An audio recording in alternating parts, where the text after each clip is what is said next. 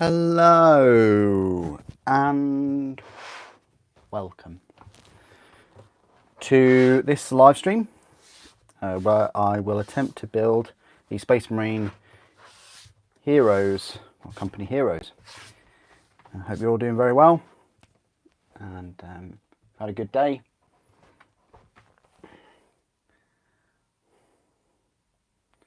Just got to find my own live stream now, wherever it's gone to.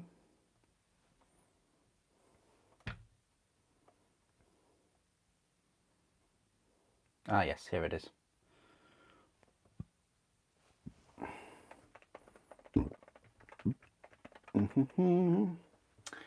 Just going to put the Discord links and things in.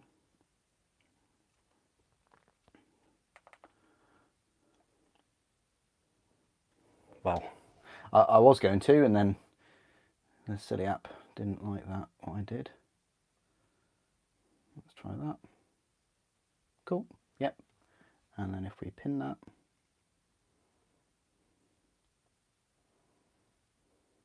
Brilliant, right, we're good to go. How are you all doing today? Very wet here today, again, not as wet as yesterday, but still pretty wet. Yeah, received the Company Heroes today. There will be unboxings and things during the week, so I thought I'd sit down and build them with you all, or most of them anyway. Yeah, I've had an alright day, of course. Been doing a lot of channel things today.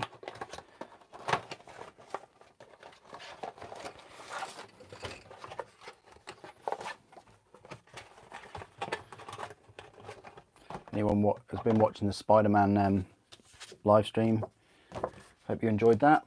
I've decided, you know, that I think I will do another live stream for Spider-Man, and I'll most likely talk during it as well, because there's a lot going on and you probably would like my reactions and things like that. So yeah, we're building Space Marines, which is most likely what we're going to do next weekend too.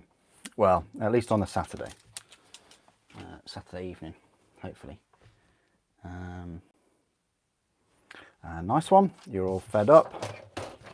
Yeah, I had a full English breakfast at the start of the day. I say start of the day, sort of midday, so I don't need any more food. I'm all good for that in that department. Right, so let's build these. We'll start off with the captain, of course, and I'll go for the Volkite. Why not? Why not? Hello Revan, hello Kriegsman, hello Maxim. Hope you're doing well. I've just got my my cup of tea. Right. So I'll kick off with the captain's pose straight away.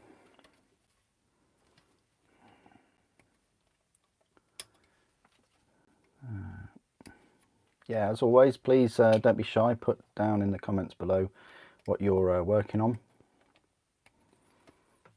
Whether you're building, whether you're painting. Yeah.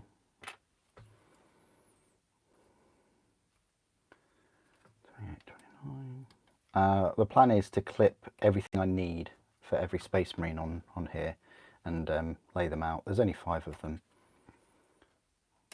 So that's the plan, that's the direction I'm going in. They all the parts seem to be sort of close together, which is nice. That awesome looking power sword's 35. So yeah, this is a different way of picking up a captain.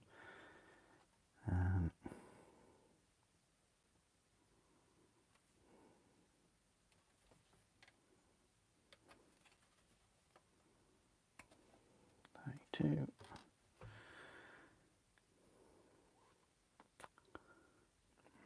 34, this scabbard. There it is. Nice looking scabbard.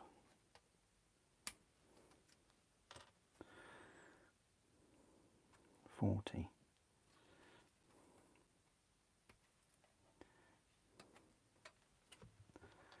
And then we'll go for 43, but we might as well clip all the others out, including that Power Fist, which I suppose you could probably use on a different Primaris. You know, I remember the hoo-ha before, when they started bringing out Primaris lieutenants and captains and things, and none of them had Power Fists, and then everybody got really excited when the Imperial Fist Battle Force, whatever, had a lieutenant with a Power Fist or something. Everybody got really excited about that.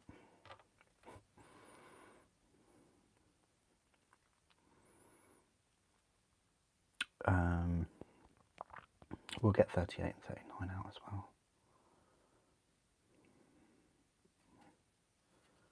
Yeah, 38 and 39. You don't put these on if you have the power sword. I mean, I suppose you could, but then you wouldn't have anywhere for the sheath. So we'll keep these at the spare parts pile. And this plasma, because this Volkite is where we're going. The bolt gun with the sight just looks silly. I wouldn't use that. You couldn't pay me to use that.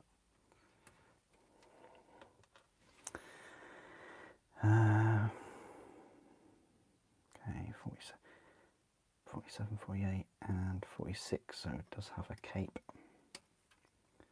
Lots of Primaris with capes nowadays, aren't there?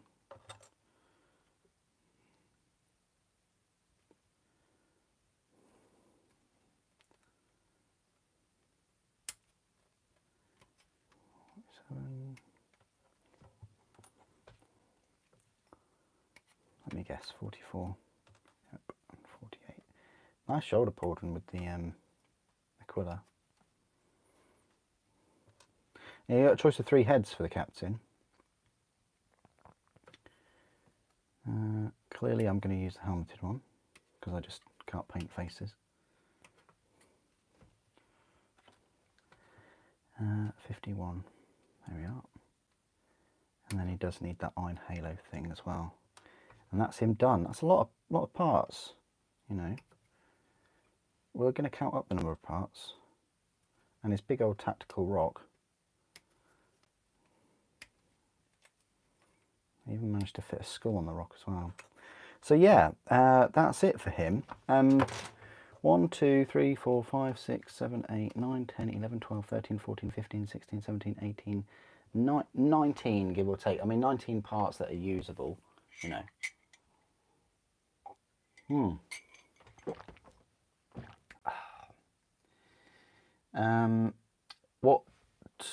What did I think of the that vampire? Yeah, well, she's fine, but I don't think either of the two Warhammer Plus models are kind of Warhammer Plus worthy. I just don't. I get where they're going with the Astra Militarum one because it's on the front of a book, but why can't they just like not make a new miniature, because they are new, but why can't they just make a miniature that is part of Warhammer Plus, if you know what I mean? Like, can't they do a really nice looking, you know, Astartes miniature, or Pariah Nexus miniature? I don't know. Like, you know, they've got the material. I would like to see a miniature that is part of the Warhammer Plus, you know. The Assassin is still the best one, I think. Well, in my opinion, anyway. 25 quid? No, definitely not worth 25 quid. Maybe 18 at a push, but what I deem as acceptable pricing is very conservative, I'd say.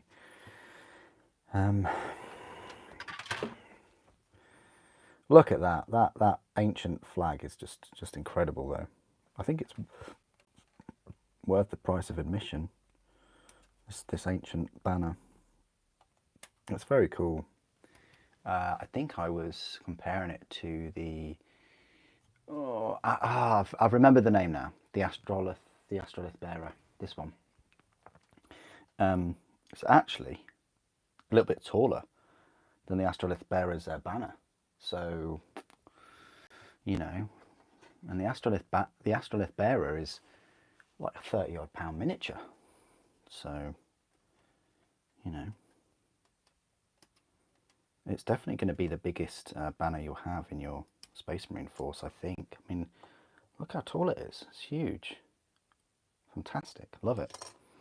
Anyway, I'm getting sidetracked. Should be clipping things off sprues.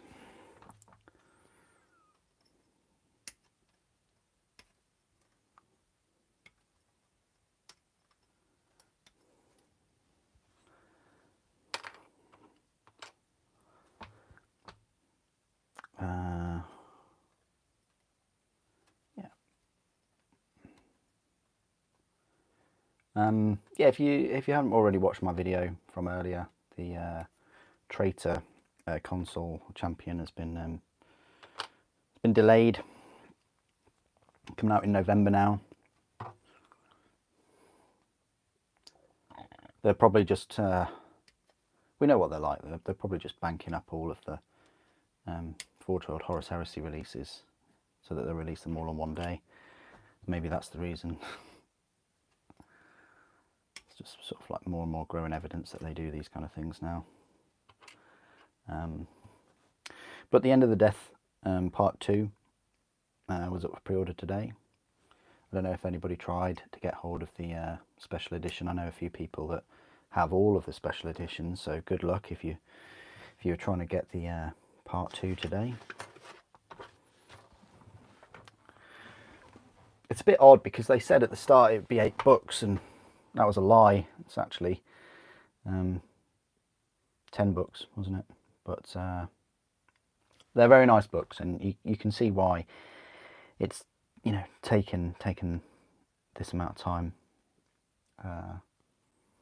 It's a very important part of the lore. I would rather them kind of take their time and explain the story through a good number of books than rush it, or even like put it into one book. I mean, you know, the whole series has been 50 books or so, 60 books. So yeah, to have kind of 10 or 11 books at the end to cover the, you know, the climax, as it were, is justified, I think. It is justified. But I wish they gave you options, like hopefully they'll release all of them in paperback as like a little collection for like £40–50. That would be really, really cool. Because I do think that everybody that's into 40k should really read those. And definitely anybody that's in Horus Heresy should read them. Yeah, I didn't know which model we were building then, but it turns out we are actually building the Ancient. I like how they put the helmetless and the helmeted head next to each other. So far this kit is a bit of a dream, comparing it to the Jump Pack Intercessors. It's a very nice kit. Yes, it's expensive, but enjoyable so far. Did I get the right arm? Yeah, this arm here, 7. Why do I think we've got the champion to build next? Yeah, here he is, company champion. He looks nice. Suppose you could use a Blade Guard veteran as your champion, maybe. If you're wondering, I looked in the codex, and yeah, it shows the makeup of this is is 1 ancient, 2 champions, and 2 veterans. No, one champion, 2 veterans, and an ancient. It's just 4. You know, it doesn't mention anything about the captain in the list. as it were, as a unit makeup, but then it does go on to say, you know, you need a chapter master or a captain can use this unit. They have to be accompanied by this unit. They can't just go around themselves, I don't think, which is what you'd expect. So that's quite cool. It's nice that they've finally got like I say a command squad. It's a shame there's no like tech marine with them or apothecary, you know, like they used to be. You know, the old Space Marine command squad in metal that I still have, that has, you know, that had the captain, it had the veteran sergeant, it had like a special weapons Space Marine, it had the standard bearer, and it had an apothecary back in the old school.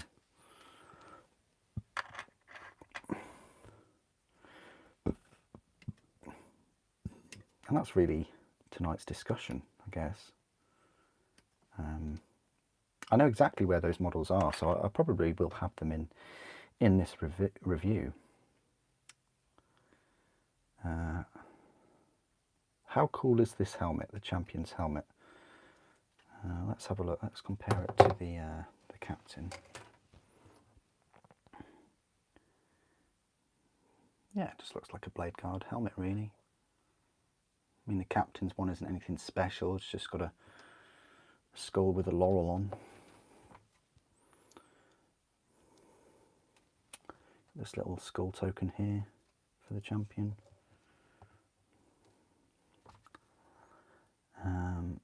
15.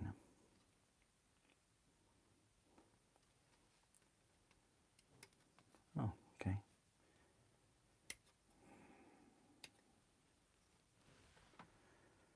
So that's the other greave.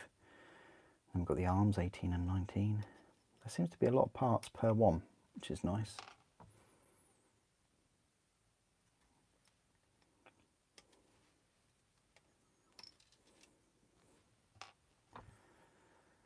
And 21.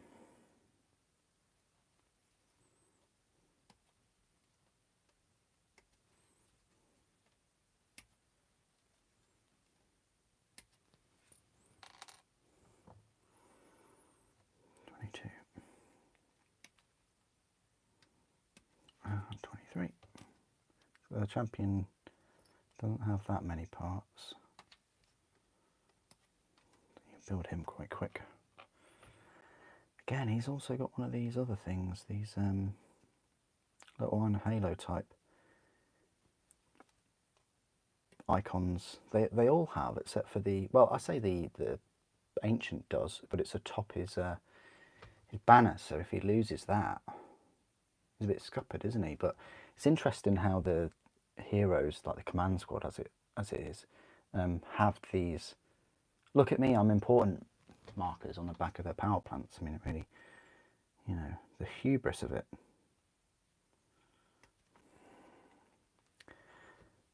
"24.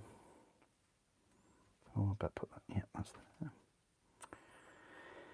And that is about it for that Space Marine. So 2 more to go. And we've got the sword. This one.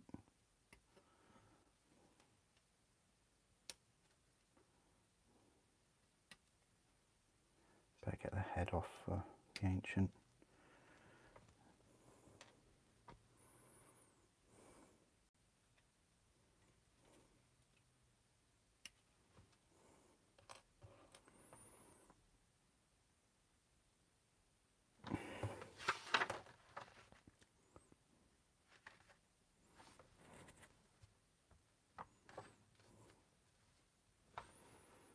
He's even got his own little tactical rock as well. Ancient's feeling a bit left out, doesn't have a tactical rock to place his standard on.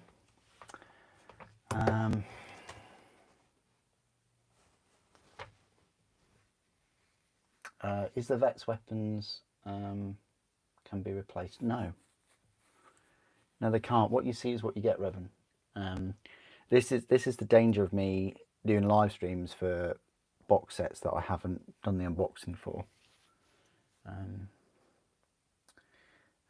Hello. Yeah, good evening. Hope you're all doing well. Right, the next veteran with the bolt rifle. Let's have a look. 74. There we go. I think this is just that veteran here. And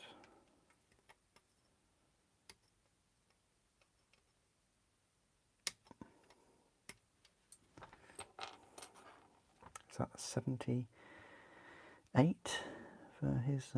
Yeah, it is. Yeah, he's got a couple of different sights there for the bolt rifle, which is pretty awesome. 84 is the head for this one. Although his helmetless head is not, it's not on here. A bit strange.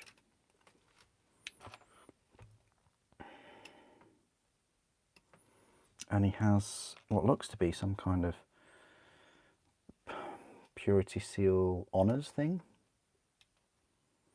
Oh, and he's also trying to be a Iron Hands, literally. He's got a bionic forearm, I think that is. And his power plant. And he does get his tactical rock.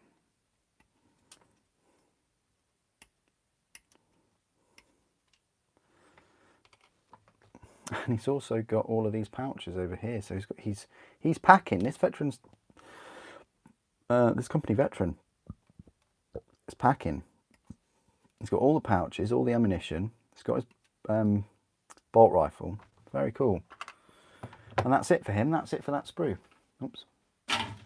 So let's move on over to this sprue.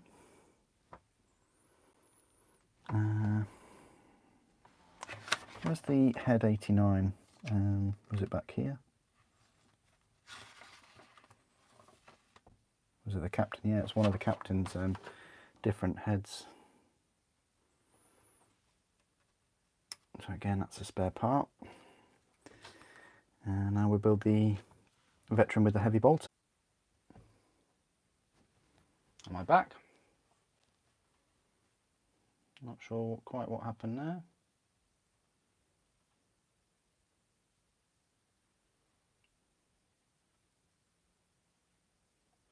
Can you hear me, anyone?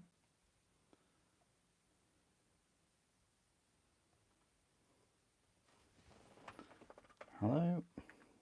Am I back?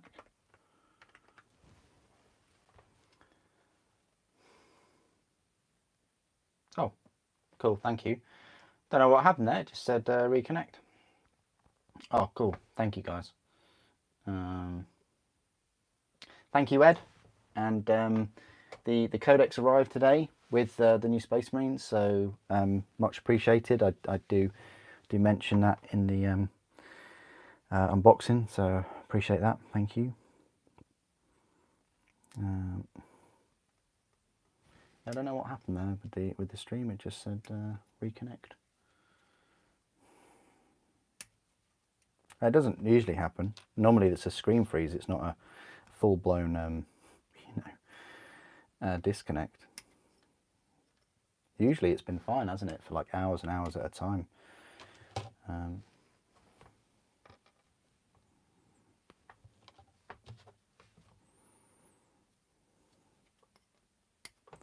Yeah, we'll almost grab these off of the sprue.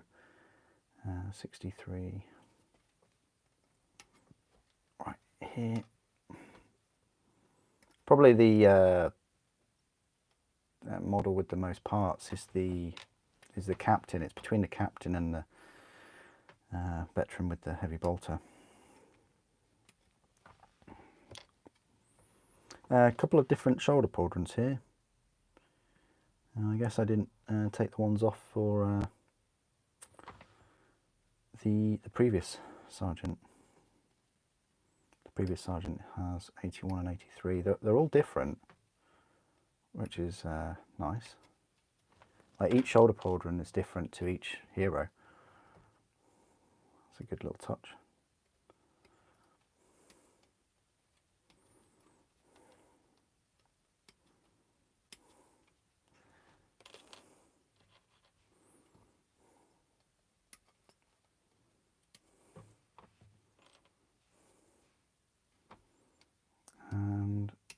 that, we are done. I will be live streaming building the Stoneguard Veteran Squad. They might take a bit longer than this kit though. But I won't be live streaming tomorrow, sort of morning, afternoon. I'll be live streaming in the evening, probably about this time actually. So I hope you join me for that. And I'll live stream then, building them as long as it takes.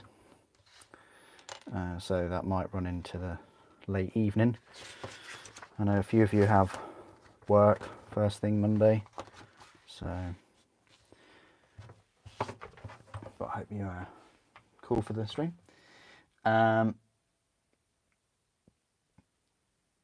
Well, he purchased the Codex, Kriesman.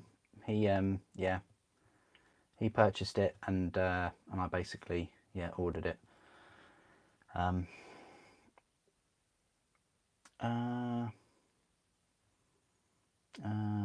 Am I even here? It disconnects all over the place. Oh dear, sorry to hear that.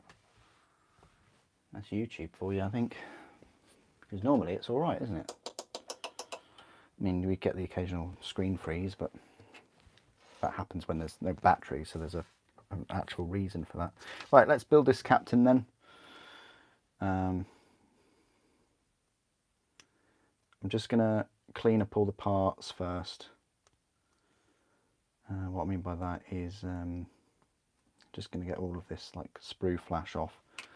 Then we'll file each one individually, and I'll build each one individually, so you don't have to wait for like another 2 hours before I put them together.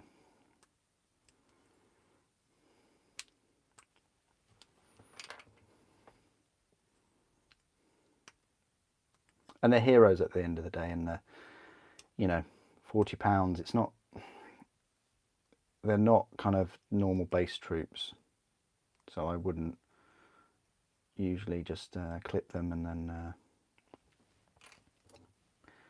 get this flash off and then put them together. They require a little bit more time and attention. You know, these will be your command squad.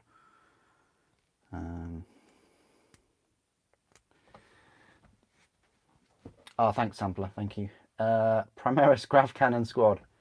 Yeah, do we get any Primaris with Grav Cannons? Can we have like a heavy intercessor or eradicator squad, but with Grav Cannons? That would be cool, wouldn't it? That's the way I would have them. Grav Cannon equipped, Gravis powered Primaris, yes.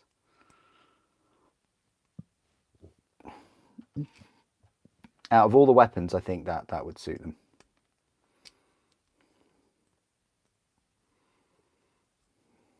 What has happened to Grav Cannons? This is the thing. Like,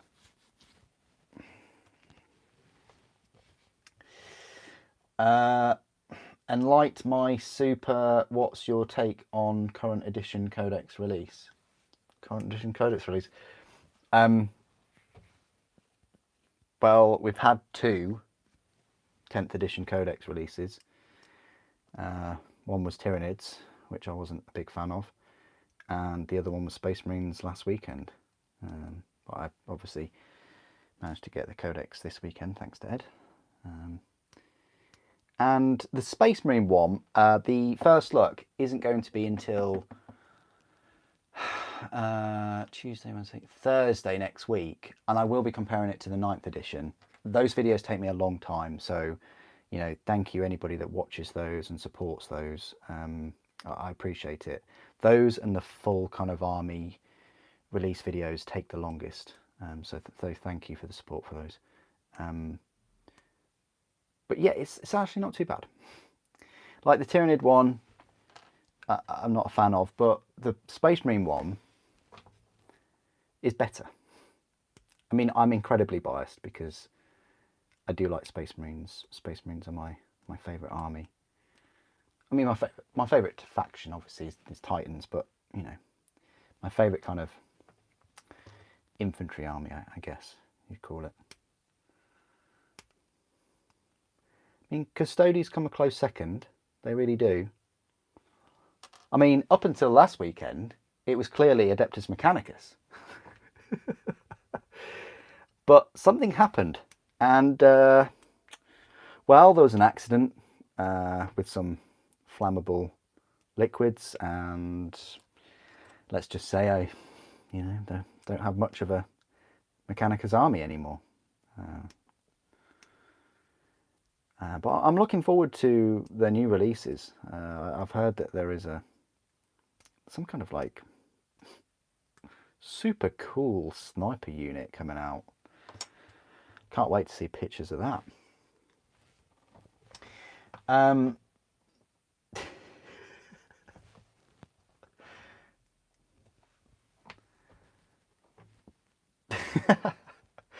like how Sampler's like, don't buy it, don't buy it.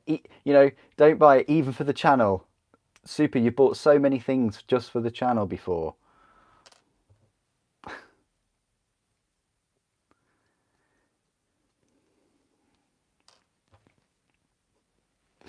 And Maxim's just sat there thinking, he'll say, just buy it, Super, just buy it.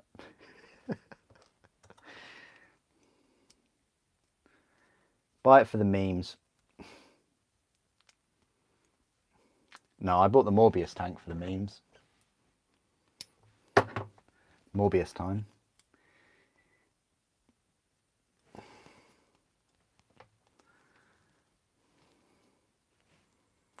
There's a new guard box coming. Okay. We'll see what the battle forces are. I've got a feeling that there'll be some kind of Astra Militarum battle force, and that, you know what, that might actually get me a few Astra Militarum. So long as their tanks come with armor on the bottom. Bottom armor is so underrated, it seems. Can't beat good bottom armor. Some thick plates,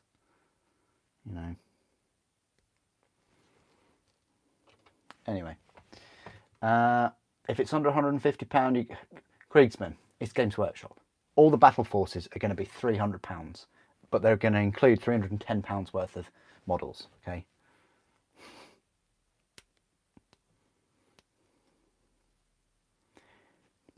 This is a thing, like whether they're £150 or £180, they're going to have hundreds of pounds worth of miniatures in. And then if it is 150 quid and you get your 20% discount, that's going to be 120 quid. So you're already saving 30 quid. And then if you use any of the crystals that you've been buying all your miniatures for, which I always say every weekend, buy your miniatures, put my code in, get your double crystals, save them for a battle force. You're going to be saving even more. Like, I know some people that have saved up £30–40 worth of crystals, and they'll be getting these £150 battle forces for about 70 quid. Now, I certainly wouldn't condone anyone to buy multiple and sell them for a profit, because well, everybody knows my thoughts on that. I just absolutely disgust that practice. I don't know. We'll see what they are. Last year's, for me at least, last year's was such a disappointment. I didn't even pick up one.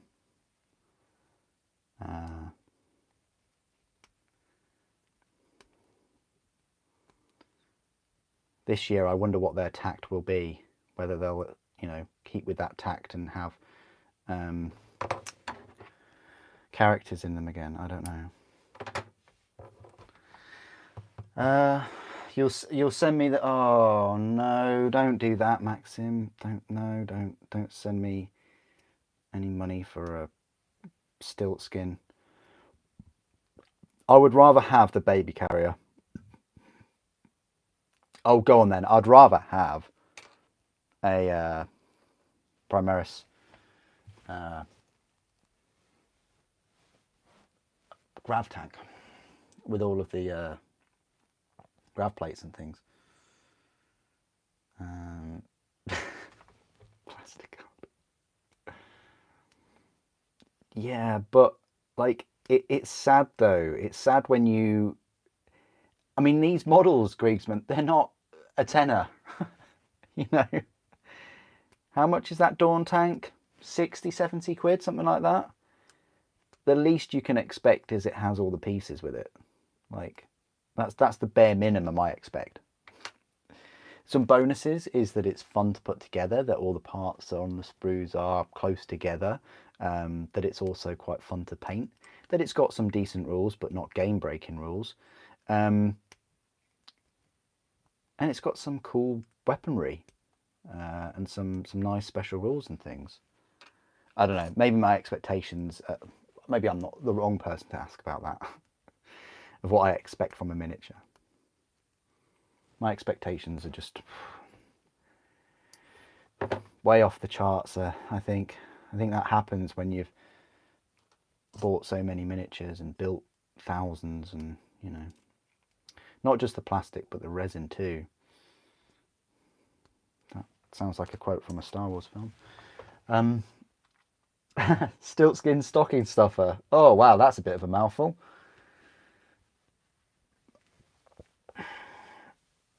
This Christmas you're planning to get Tyranid Battle Force. When you say the Tyranid one, do you mean the one that was around before, or the one that doesn't exist and they haven't announced yet? Probably that one. Yeah, if they do a Tyranid one, yeah, I'll probably get it. If it doesn't include a lot of the Leviathan miniatures, I hope they don't cheap out on that. I don't know whether I'd avoid it if it had a unit of Termagants in it.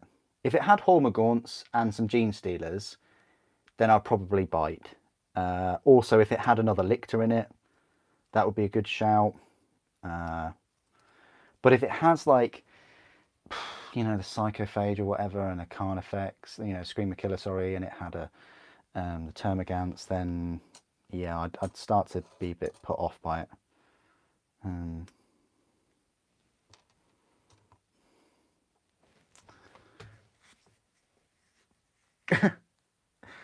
Yeah, if you get a Guard Battle Force and it just has Leman Russ. Quick question: can you play your successor chapter in 10th edition? Why wouldn't you?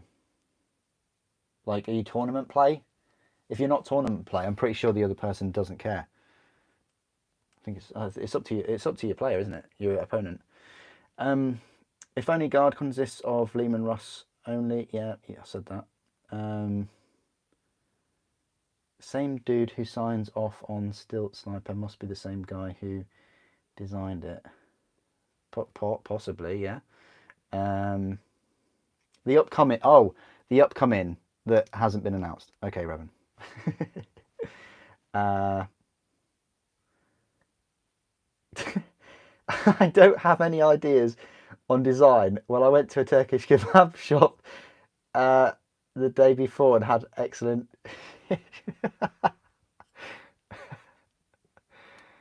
Oh, that reminds me of a kebab joke, but I won't say it. Yeah, just it's one of those minis that falls into that it doesn't actually fall into the baby carrier category. It's now the category. Everything else is below that mini. You know, I want to see the sales figures. I really do. I'm super interested.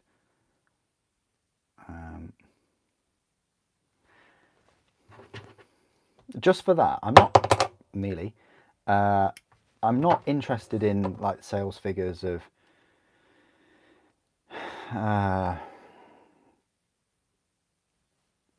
Space Marine Terminators or anything. I just want to see how many they're going to sell. Whether it will break even. You know, we're getting that model, and poor Horus Heresy, plastic Horus Heresy. We haven't got our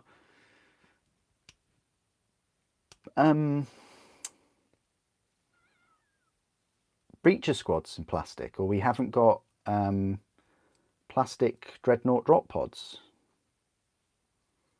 Surely there are more people on the planet that have dreadnoughts for Space Marines that need drop pods than there are people that collect Mechanicus armies. Likewise, there are probably more people that have some form of Titan to justify more resin weapons. I wonder if there's more people that have resin Titans than there are own Adeptus Titanicus minis. I wonder. Sorry, I'm asking myself all the questions tonight, guys. Must have been that cup of tea. I'm going to have another one in a little bit. Mr. B, you love the channel. Helps you with many purchases. When it says helps you with many purchases, does it help you not buy many things? I can certainly see the arguments for that it helps you not buy many things. It's like, oh, should I really buy this £40 set of 5 Space Marine this weekend, or should I buy food? I don't know. Oh, I'll just watch Super's video. Oh, okay, right. Yeah, looks like it's probably better to buy the veteran squad, because I've got a captain lying around, and I've got the ancient from the previous edition, and I've got a Blade Guard veteran that I could use as a champion, and I can just make a couple of, veteran Space Marines. There, saved you 40 quid, just like that.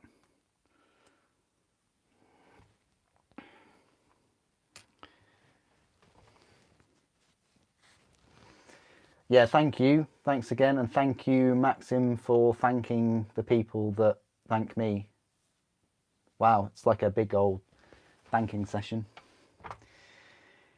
10th edition is to be designed to be more your dude. Careful with the banner pole. You could, yeah, I don't want to give any... Designers obviously don't watch my videos, but because they actually want to, not cry themselves to sleep at night. But yeah, if they did, someone would get an idea of putting a miniature on top of this. So you're right, Sampling, you're right.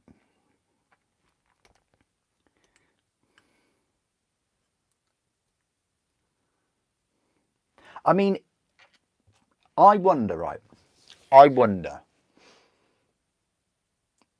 aren't there a couple of like stilt kind of creatures in Warcry or Age of Sigmar? I'm wondering if it's the same designer, or probably someone looked at that one day and thought, we need that in 40k, and to really, nail down the point, we'll make it available for the faction that is renowned for efficiency and manufacture and Forge World and things like that. We're not gonna make this for Eldar. We're not gonna make it for Drukhari. We're gonna make it for Adeptus Mechanicus. For the guys that brought you really cool looking hover tanks and these gyrocopter type flying vehicles, to the like lightning rifles, arc rifles, transuranic arquebuses, things like that. No, we're just going to put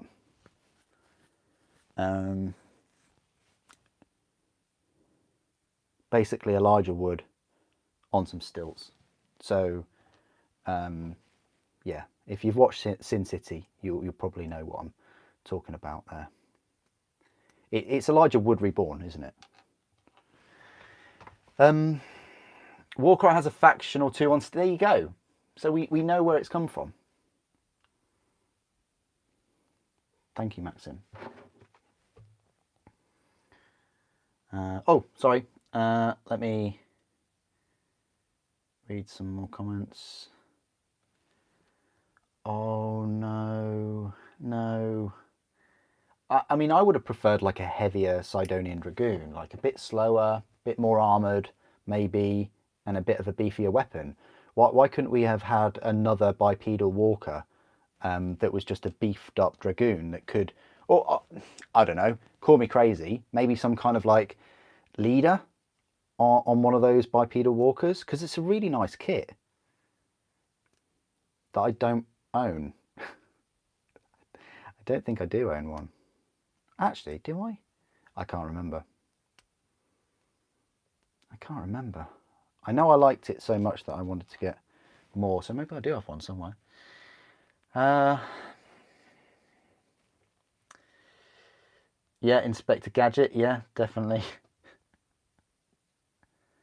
Oh, I don't know.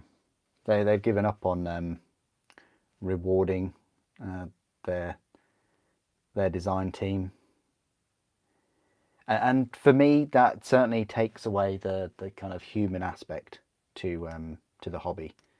That there is a person or a team behind certain miniatures that you can hurl criticism at, or you can commend them for such an incredible job, which is certainly what I did with Maxime for Death Guard. I went and physically met him and yeah, basically said thank you so much for all the incredible Death Guard miniatures you've sculpted.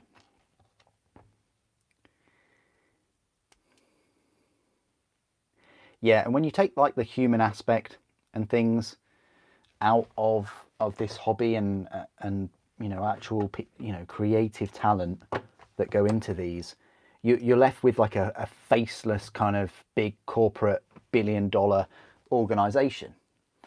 And I think one of the best things that have come out from that is it's encouraged a lot of other people to design their own minis and print their own.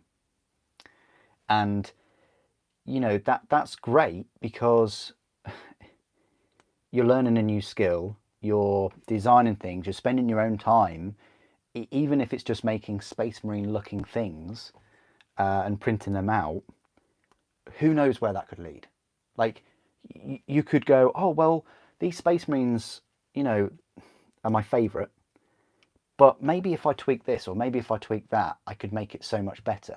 And then before you know it, you've created your own kind of faction, your own line of miniatures, and yeah, I definitely encourage that creative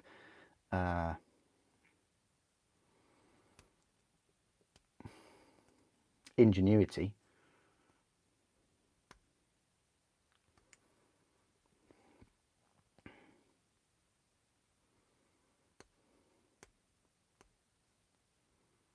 Anyway, I've been talking quite a lot, so I'll give it a rest.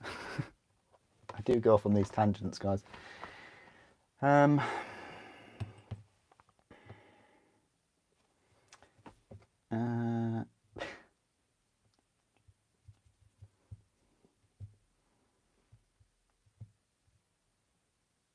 Oh yes, yes, yes.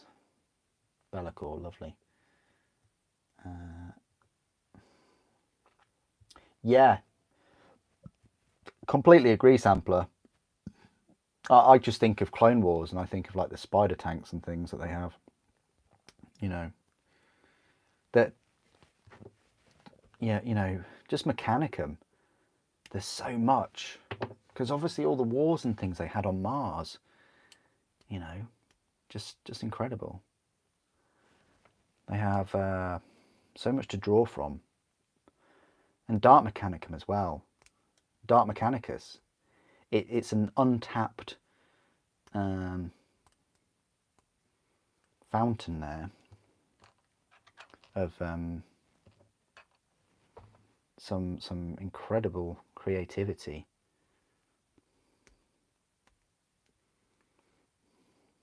Well, you only have to look at like Helldrakes and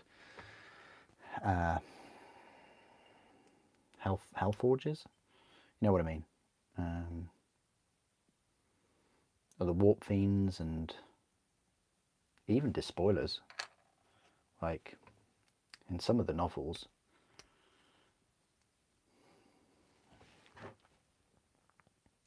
Scrap code as well. Like they could have implemented that into Horus Heresy. You know, we're over it. We're almost a year and a half into Plastic Horus Heresy.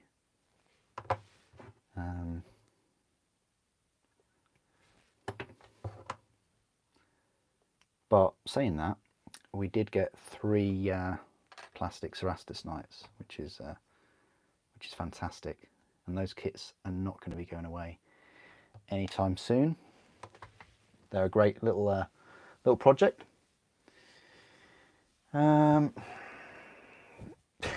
Totally agree, Maxim. Just looking at Soup's Titan Guard, and then we get this toothpick. The toothpick. Yeah. Yeah, like, I mean, look at this, even. I've got so many Titans, as you know, it's important to have a Titan Tech Priest somewhere. So, you know, you've got this little Titan Tech Priest. You know, how can you go from that to, like, Rumpelstiltskin? You know? Anyway, he's gonna stay with the live stream with us.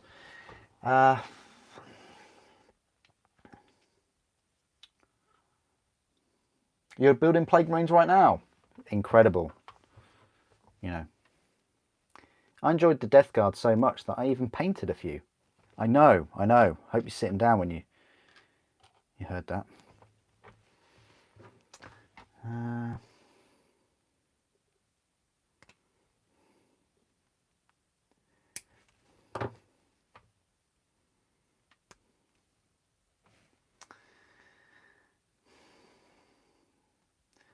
What about the 30k Epic? I know, they've revealed so many things, haven't they?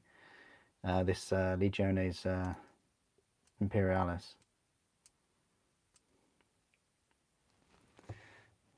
I just hope we get that big bread box of a tank. The Capitalis, whatever it's called. I keep forgetting. It's just an incredible beast of a miniature.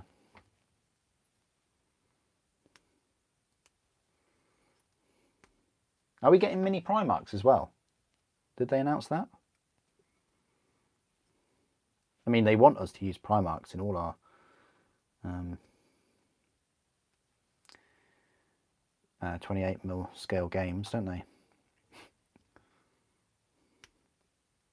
And consoles for that matter, and obviously consoles are, yeah. No, Praetor, should I say. Praetors are like chapter masters. 1,000 Space Marines. Yeah, we'll use this Praetor with the 30 Space Marines. Fine. It'll be fine.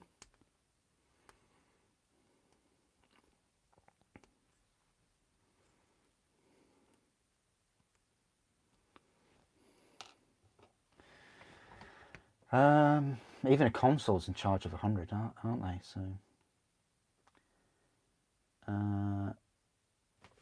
oh no, I'm definitely not lamenting a plastic Titan now. So many people are, though. Thank you, Maxim. I think I painted it about 10 years ago. I don't know. I think I painted him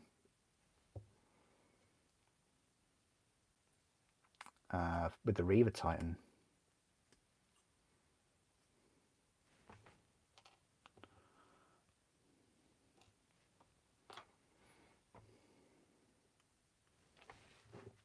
Capital Imperialis, there you go. Thank you. Thanks, Sampler. That'd be so cool if they brought that out. But if they did, I wonder if it would be Forge World that would do that. Forge World seemed to create the whatchamacallits, the larger Aeronautica minis, don't they?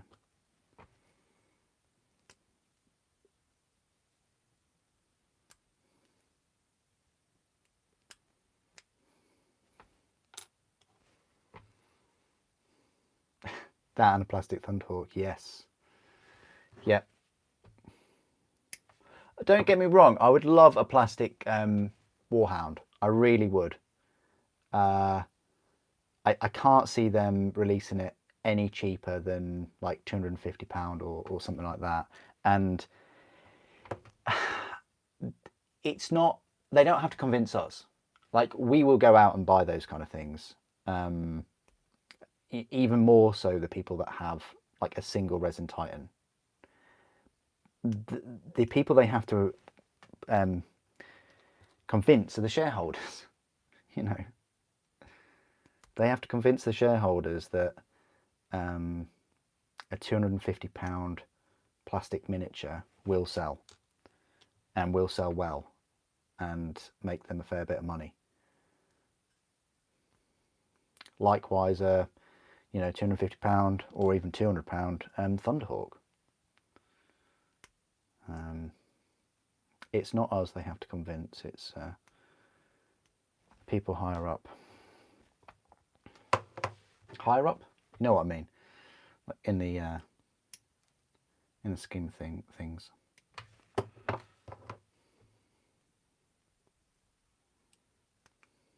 They're the ones that allow the money to flow into R&D and big projects, because, you know, it's not a quick thing designing something like that with that many parts. And it would be a lot of parts, you know, hundreds and hundreds of parts. With resin, the beauty about that is the weapon is just one piece. I mean, obviously this isn't a very good example because it's not one piece, it's like, I think, a couple, or three even.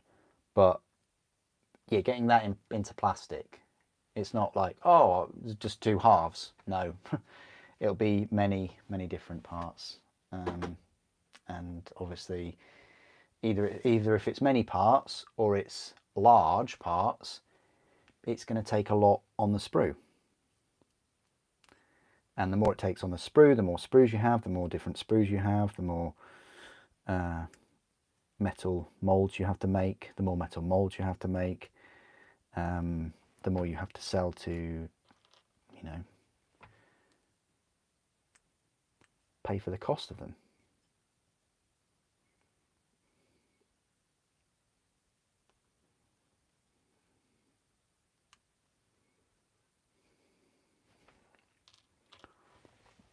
Anyway, shareholder, yeah, shareholder Imperialis. They're all sat in their capital Imperialis, making decisions.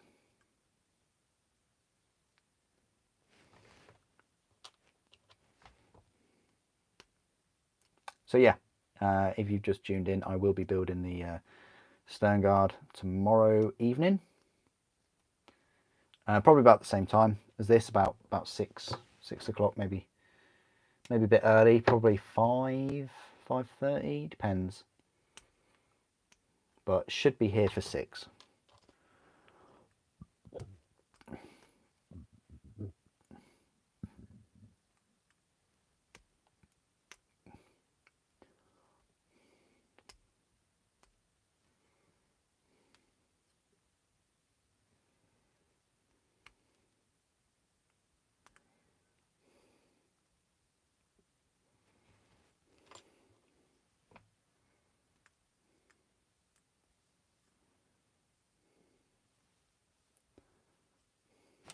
Oh, nearly.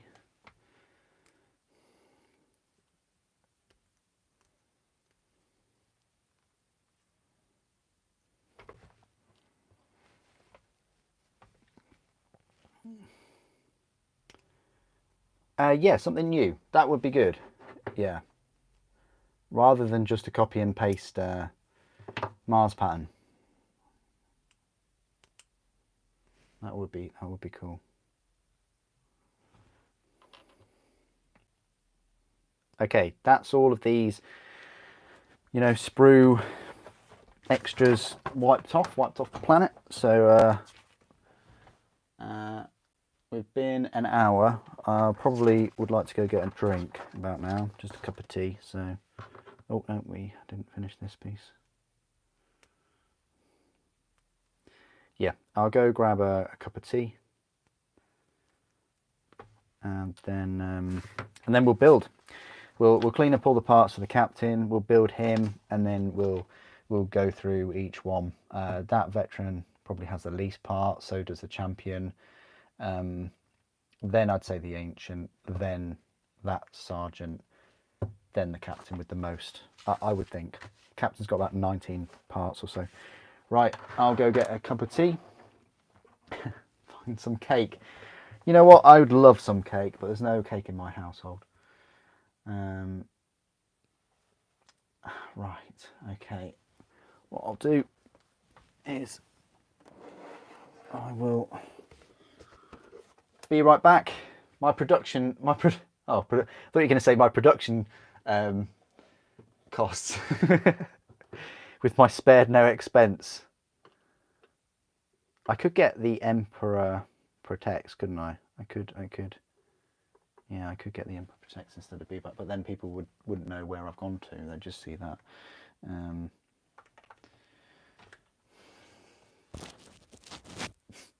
I will be. Oh, thank you, Ed. I appreciate that. That's really kind of you to say. And you haven't even seen. I've built all the Space Marines. I've actually built the Knight Lancer as well off camera, and all those Tyranids. Got Tyranids coming out my ears. Anyway, I'll be right back, guys. How long does it take to boil a kettle? If I can actually get out of here. Wait. That's just gonna. Oh, there we go. Yeah, good. I was able to get out of here. What I'll do is, don't worry, guys. I'm going to leave you with some eye candy. There you go. Have a feast on her.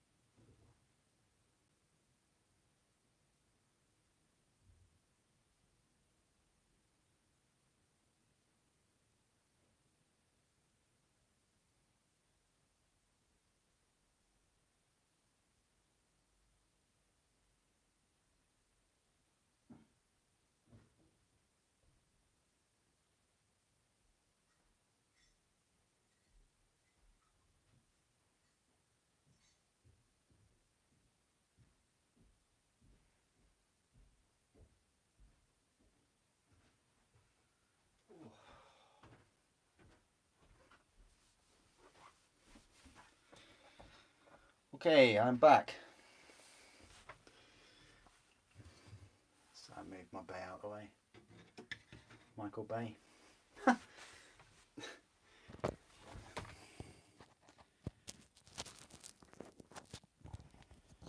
right then, so I am back.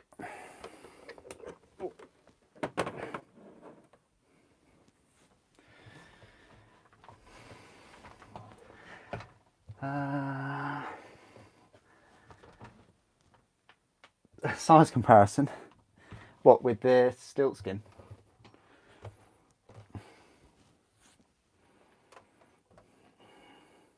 I think Stiltskin will be taller than her, just a bit. They've both got a few things in common. They both have certain things that are dangling about, don't they? Anyway, let's clean this little Space Marine up, this Captain. It's interesting that they're all on these 40mm bases, which is quite cool. So they're all Terminator bases. I don't know. I mean, is everything going on to 40mm bases now? Soon you'll have Grots on 40mm bases. Well, I don't know about the Red Gobbler. Is he on a 50mm? Okay.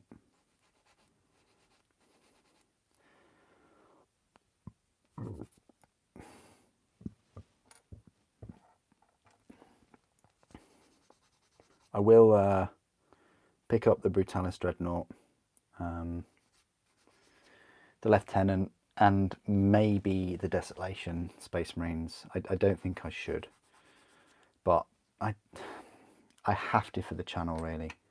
Pick those up. I'm not going to enjoy them though. I'd still rather pick those up than Stiltskin.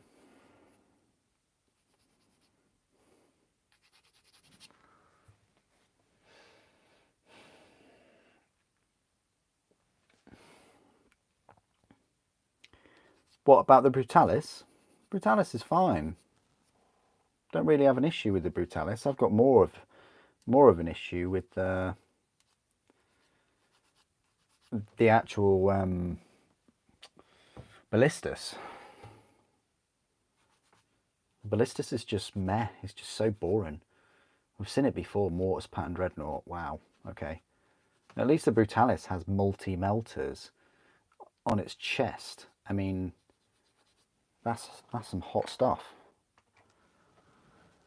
Don't get the Nerf Marines. Oh, God. Well, if you tell me not to get them, then I won't get them.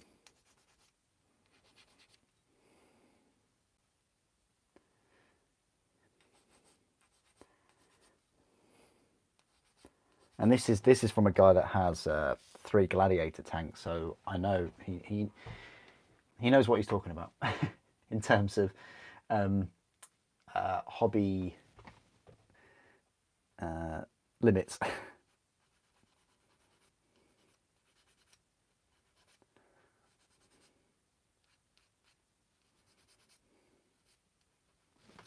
The Desolation Squad, oh God.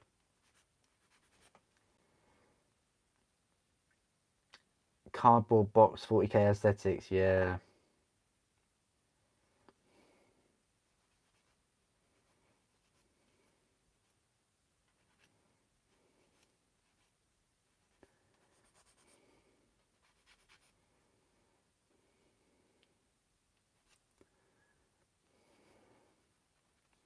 They're just not grim dark.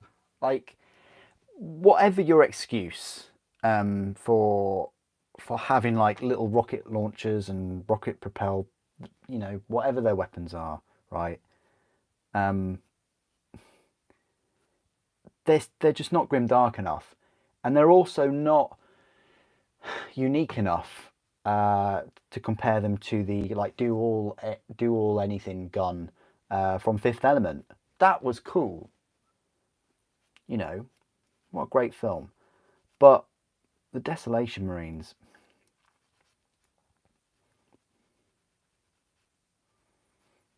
I don't know, maybe I just like my flaps to open in a certain way.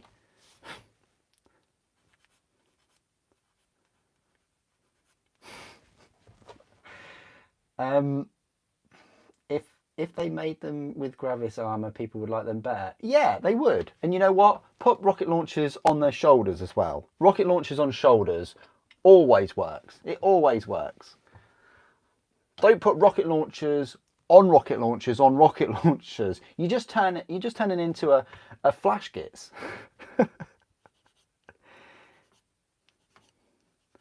But without the gitz thing.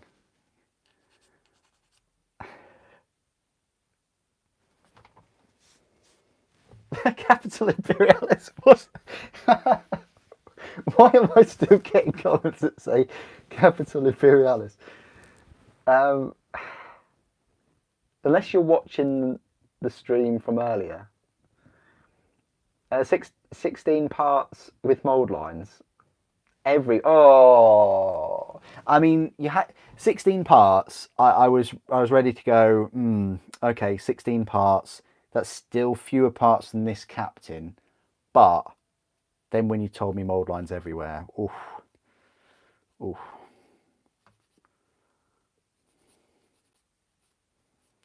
It's not worth it. This is the thing, like, you don't mind a miniature with horrific mold lines if it means you're going to get something cool out of it.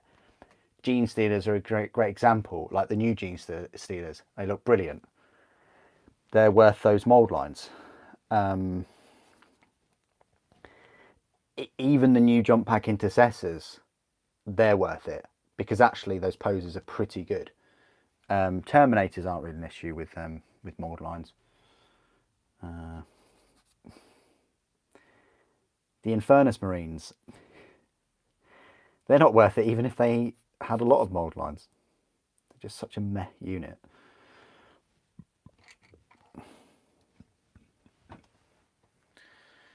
Yeah, Centurion armor, fine.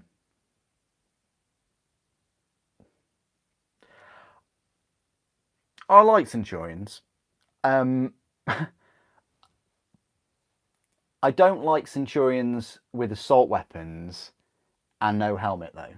I think they look really, really weird without helmets. Keep the helmets on Centurions.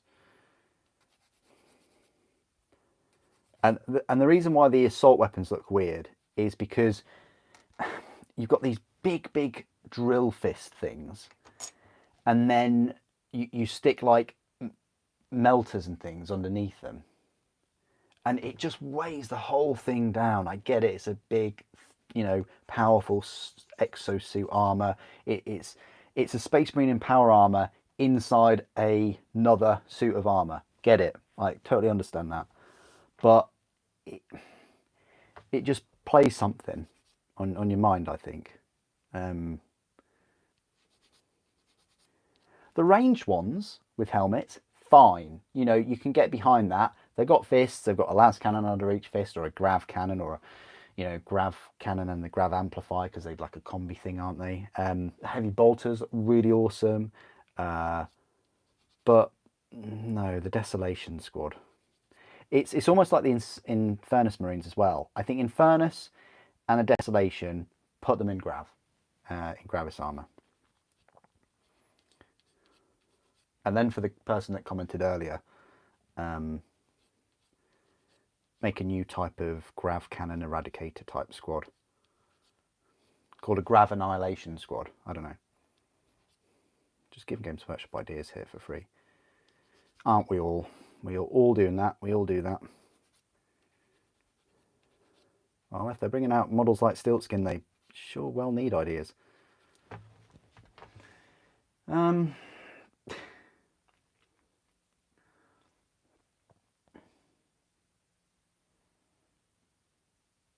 Yeah, very ominous looking. Yeah, you're right. You're right. They do have cool helmets. That's why it's a bit of a crime not to equip them with them.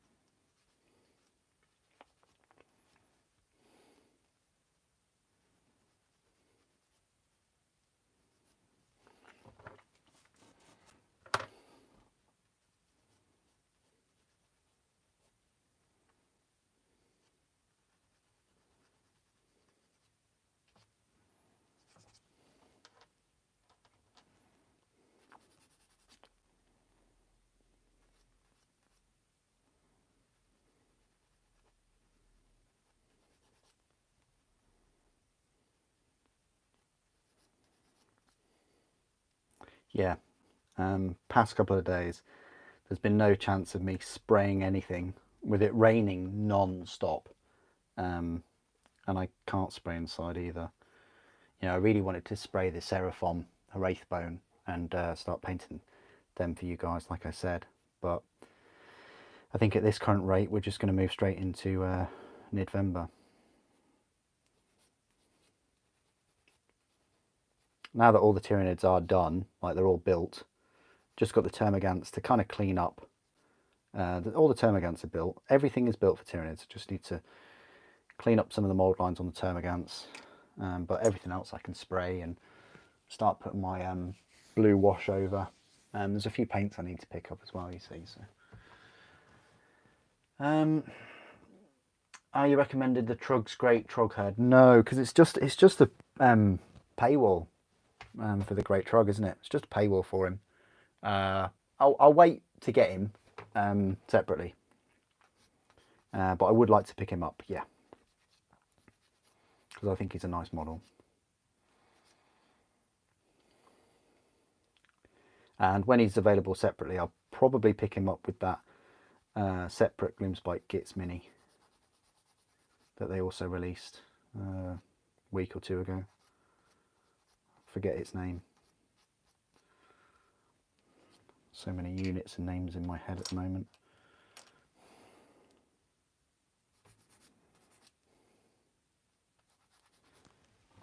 And to be perfectly honest, what's going on in my head is trying to remember some Spider-Man combos as well. You wish it was raining here. The heat is unbearable lately. Oh yeah, you need some rain. You do.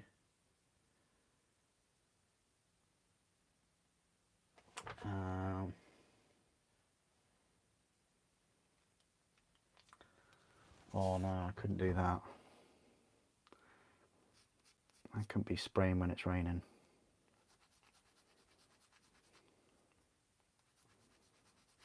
It's not just the rain and the humidity or just the air moisture. Level of moisture in the air is just, it's also the temperature. It hasn't been too bad today. It's been about 13 degrees, but centigrade. But sometimes when it drops, you know, when it drops under 10, and the worst is when you spray and it's in double figures and then it drops considerably, and then that really does mess with your sprayed miniatures. And it's happened to me with a couple of my miniatures. I was so eager to spray them and I made a right mess. And then you have to really let them dry out and wait for a very nice day to spray them again and hope that you don't obscure some of the detail by having another layer of spray. And if you do, you're then in the annoying stage of having to strip them or just bin the model and get a new one. So it's quite sad. It is sad. My cup of tea won't get off my coaster.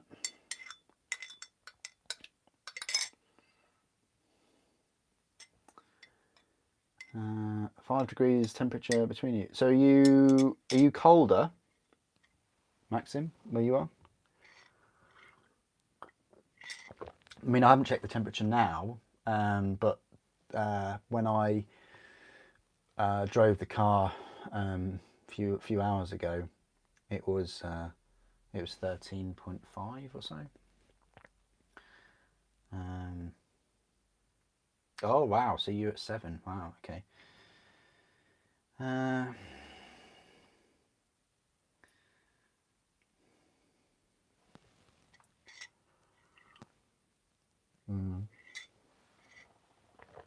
Yeah, fair enough.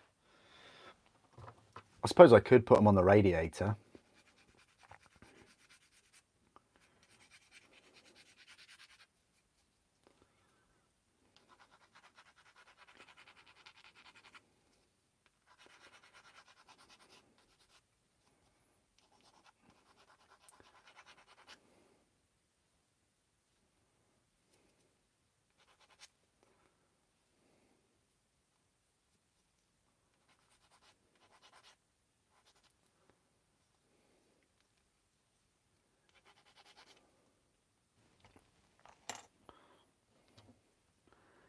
This Volkite, I'm not really sure how to get the hole in it, if you know what I mean. I think I might just leave it as it is. Maybe if I had a Dremel, I could probably drill a vertical slot in it, but as it stands we'll leave it like that and we'll paint the hole on.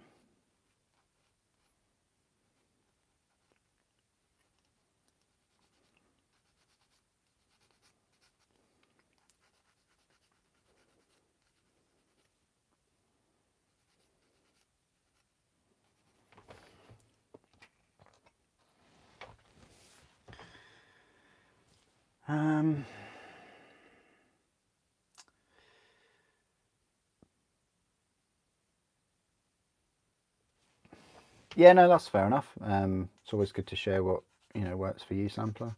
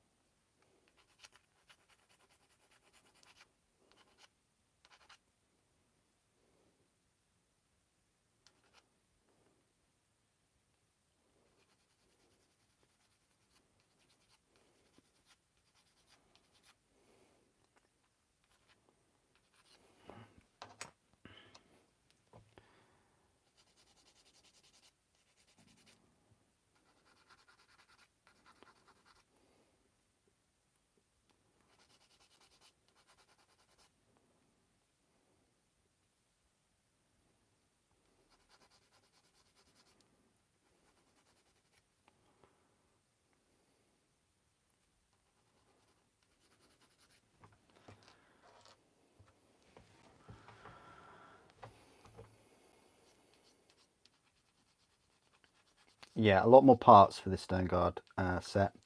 There's about 90 parts for this hero set and 160, 170 for the Stoneguard. So yeah, there is nearly double the number of parts. For £2.50 cheaper. I would say the Stoneguard set is a must buy, and the heroes depends if you like the minis. Because if you have a relatively big Primaris force, there's no reason why you couldn't find some minis that would fit the bill to have a hero set. Make your own hero set. It's just whether you like the minis in there. I probably do have enough. I definitely have a couple of captains or lieutenants that could stand in for captains. I have the previous Ancient model, which cost me a lot.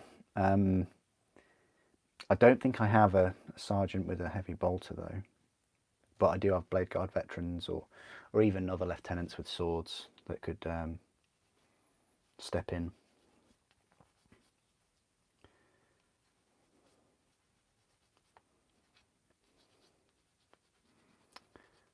So I got it, for the channel. Like I'll get the Brutalis Dreadnought for the channel.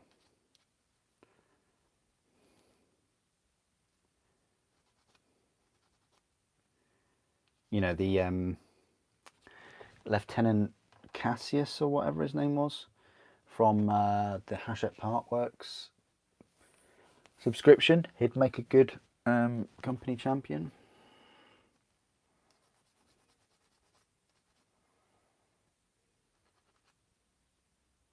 I think the Dark Angels Lieutenant would.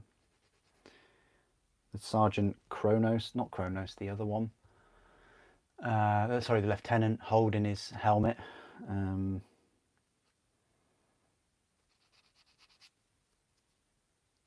Would make a sergeant. I think he's a lieutenant though, isn't he? He's a tall one, that one. Like taller than normal Primaris.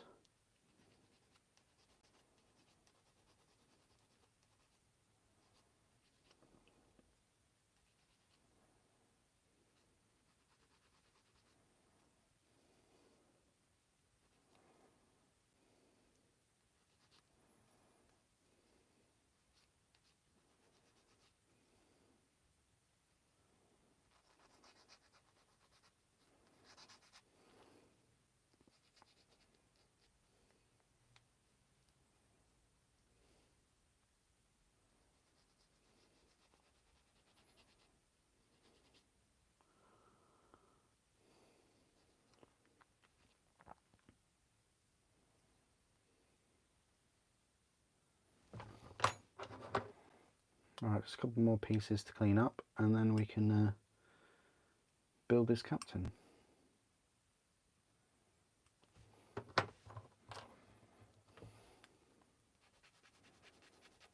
These are the parts that I always a bit concerned about, the mould lines in between each spike.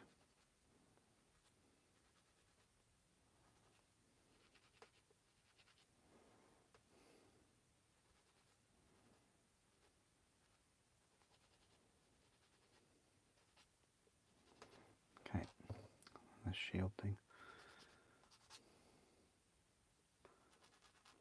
Alright then, so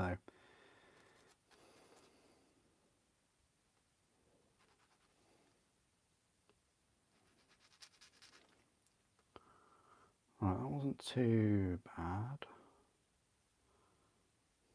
Yeah, that's fine. Right, let's put them together. So still got a bit of this Citadel glue left. I do need to get another one though.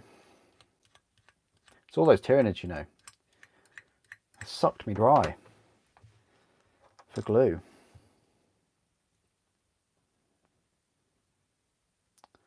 And I was using Tamiya.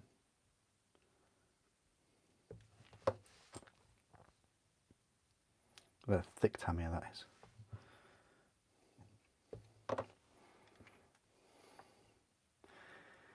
I don't know which is which. I don't think that's the one though. I think this is the one. You get to put some greaves on them as well, so don't worry too much about the knee joint. In fact, we even put the greave on right now. General Grievous.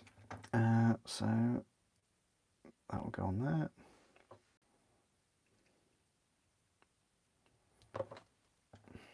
Hopefully these greaves go on better than the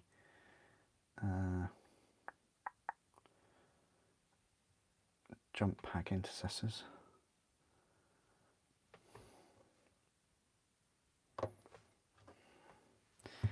Yeah, maybe I should have put the head on first. No, it's going to be a straightforward pose.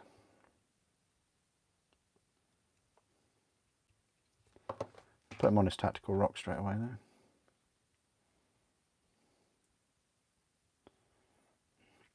I like to put him on his base before I then put the melee weapon on. Still got time though to adjust.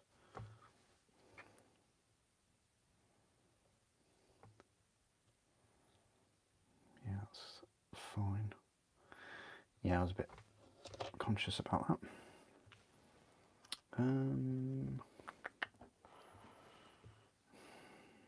That's going to be too much. I can already tell that that's too much.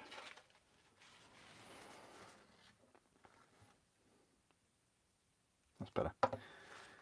Least possible for this one.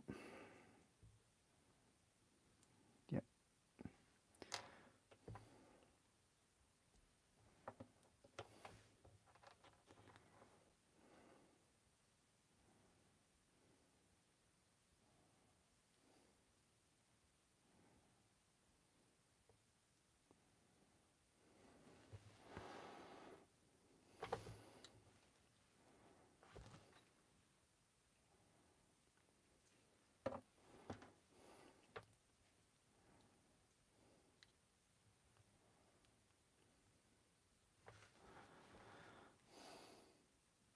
I like that. That's quite a nice little pose I'm giving him.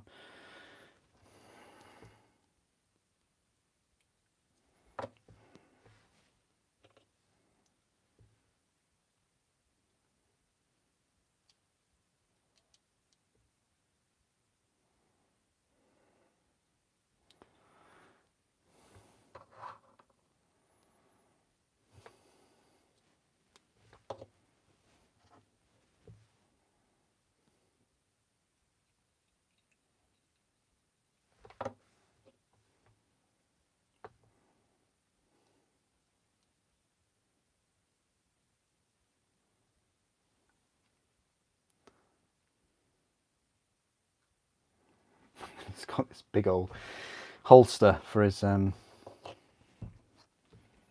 pistol there. I have no idea where this goes, but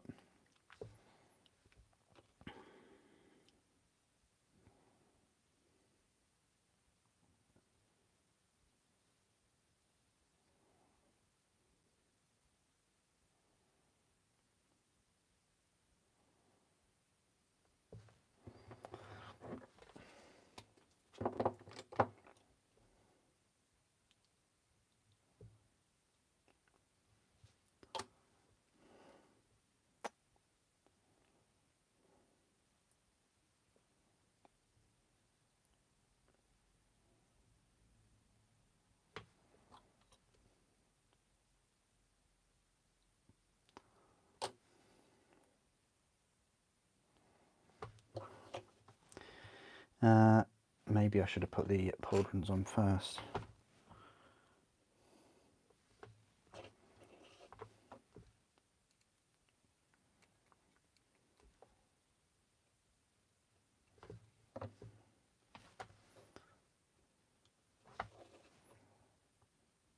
Nice shoulder pauldrons.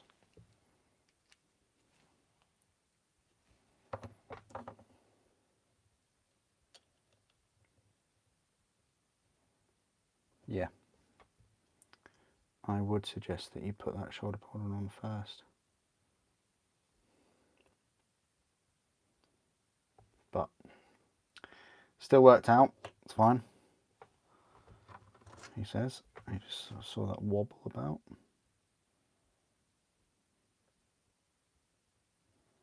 And that'll be okay.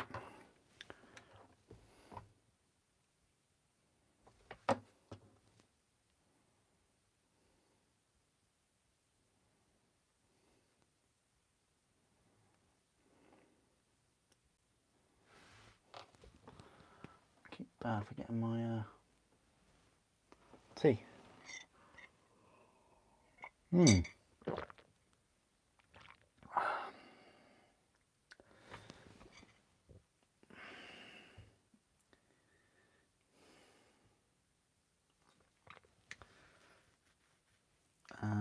If you could change any part of Space Marine armor, what would it be?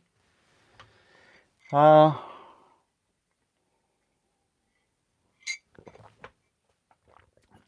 would have said the pregnant bellies for the Gravis, but the Eradicators are actually all right.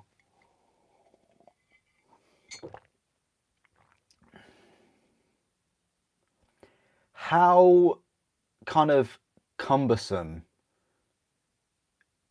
they look in animated form, Primaris, and I'm talking about Pariah Nexus.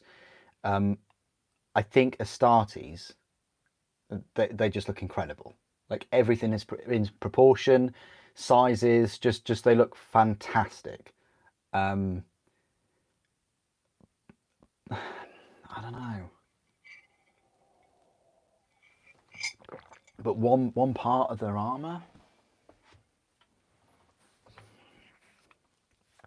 nipple armor, I don't know.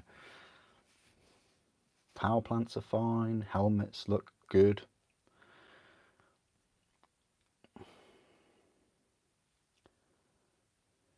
They've got a lot of joints. I guess they obviously they do have to have a lot of joints, but you know, the Gorgets all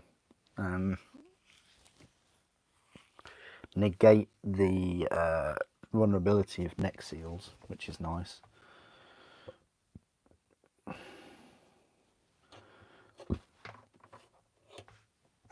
Okay, this cape. Probably should have put this on earlier, but whatever. We're putting it on now, and we're going to try and put it on now.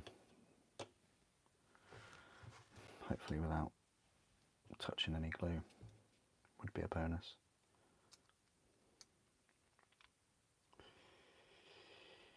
Oh dear, here we go.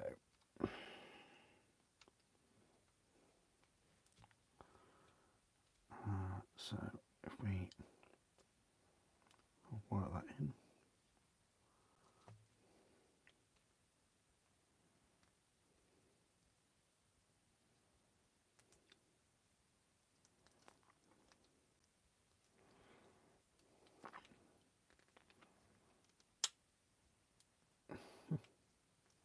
So it would rather remove itself off its base than go under that pauldron. It's very, very telling.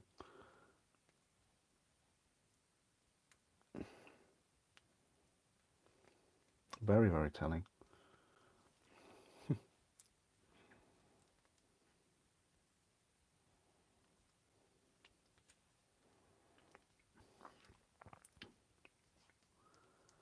Because the thing is, it's supposed to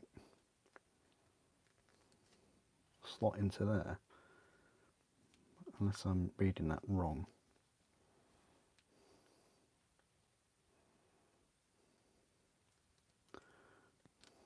Yeah. What we're going to do is we're just going to detach things off this now, because to be honest, I'm a bit fed up with this not going where it's meant to be going.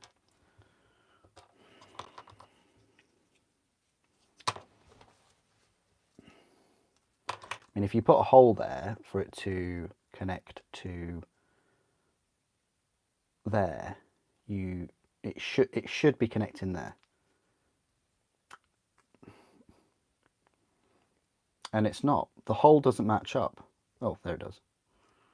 It does actually match up. Okay. Just had to be in a different kind of space.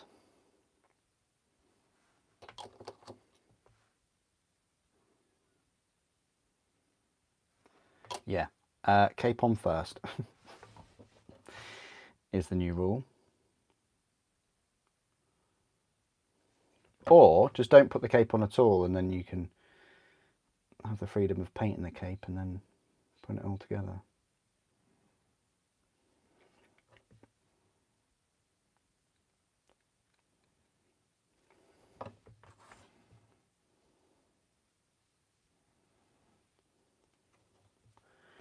Never be too kind of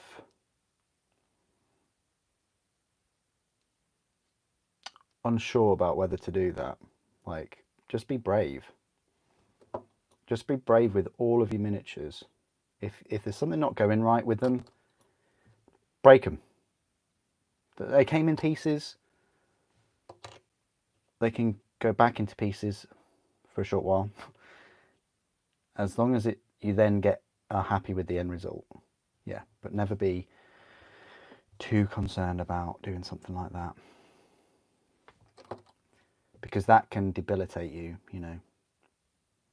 Debilitate you from whether you're happy with the model or not. I did it with the Titan. I could have so easily have just kept that Nemesis Titan in. Well, I couldn't have kept it in the pose because it just didn't work from a standing up point of view. But that's my example, really. High Gorget for you. Okay, ridiculous piping on the gravity. Okay, yeah, fair enough. Primaris beer belly. More respectful. Yeah, I say us. Yeah. Bit of a news flash, Brendan. I tend to say what I like. Freedom of speech, and if that offends anyone, then that's their problem. It's not really my problem. I want obligatory blast cowl for Gravasama. Oh wow, that sounds cool. Oh, the cowl that goes over the top of the head. kind of thing. Yeah, okay, I get that. Gravis look way better when they are released back in 2017. No. I like the Gravis with the Eradicators. I think they look really good.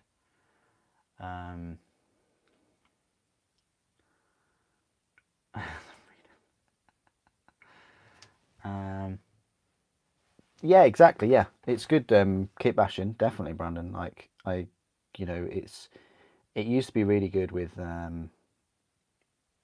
orcs, of course. Used to be really good with orcs, but with the advent of a lot of the minis not having as many options and things, it's becoming harder and harder to do. Or think of it as a challenge, like it's more of a challenge to do, maybe, with kits that can't be kit bashed so easily.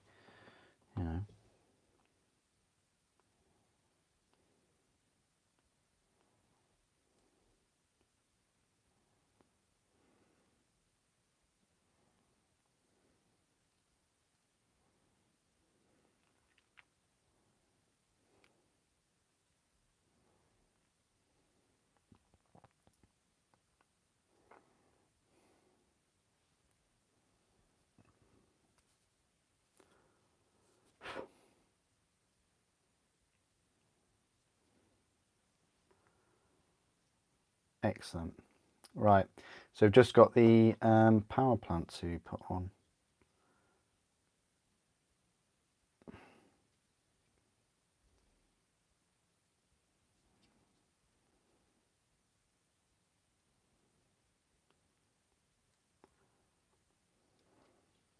Yeah, that's very cool, Captain. I like this one.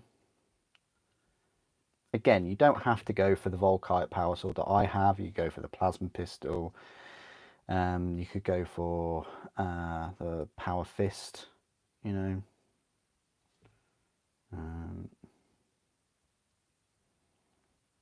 that is the Captain that you get in this hero set.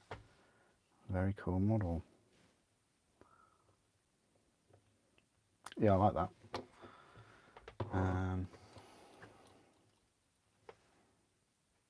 What I'll do is I'll just clean that up a little bit.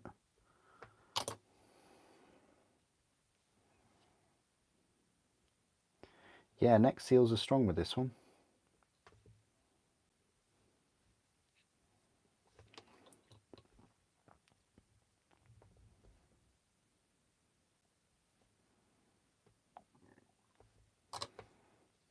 Brilliant.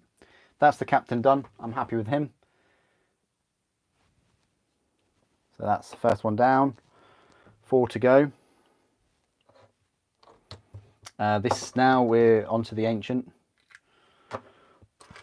This bearer, standard bearer, then the Champion, then a Veteran, and then finish off with the Veteran with the Heavy Bolter.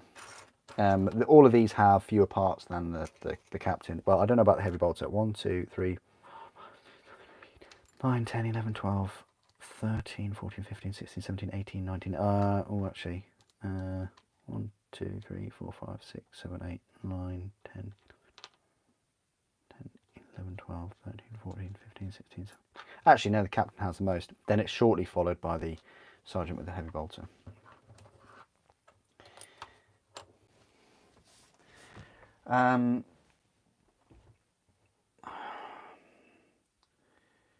No, the first Captain in Gravis Armor looked awful.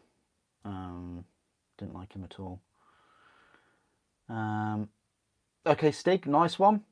Yeah, if you're about in the Discord later, be good to have a chat with you about it. Maybe you send me some pictures. That'd be cool.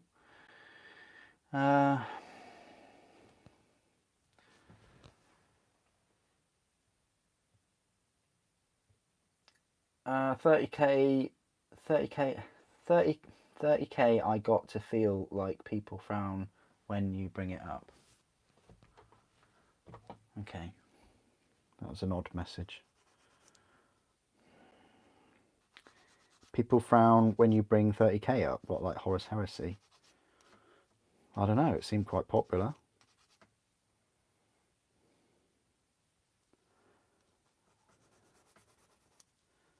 I mean, I wouldn't take that. I wouldn't take that too bad. You know, people frowning about something is nothing you can control. You know, it's something within them. If they feel negatively towards something or they don't like it, it's only them that can change. You know.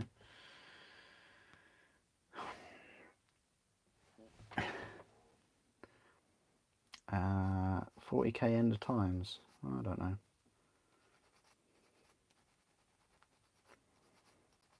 What, and then they re-release all the 40k again. Make things a little bit smaller.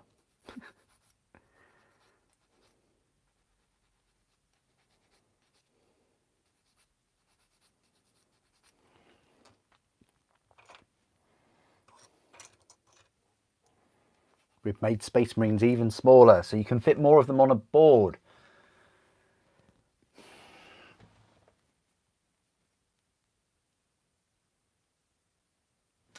Yeah, I totally agree.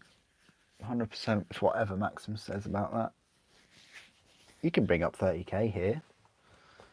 There's a lot of content on the channel that is 30k. You know.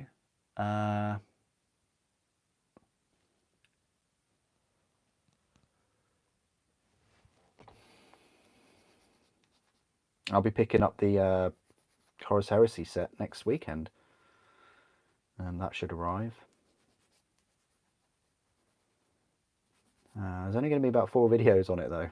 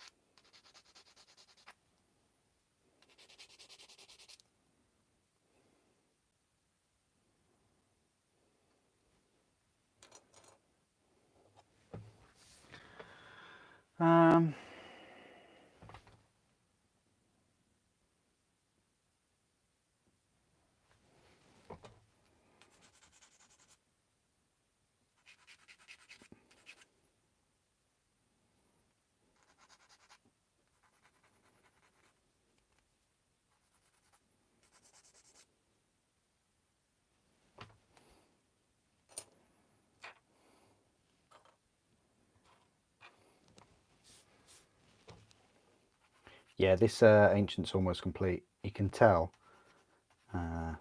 already that I'm going to blitz through the next 2 minis too. And like I said before, I've said it a few times now, that Sternguard set is going to take me longer than this.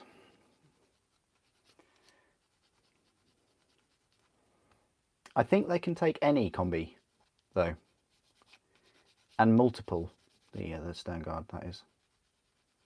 We'll have a look at the little rules in a moment for the heroes. I'll just finish the next 2 models though before we do that. I don't want to get too ahead of myself.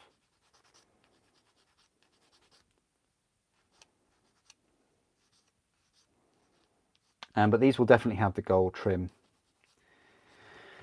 around their pauldrons. You know, a lot of my Space Marines Primaris have the yellow.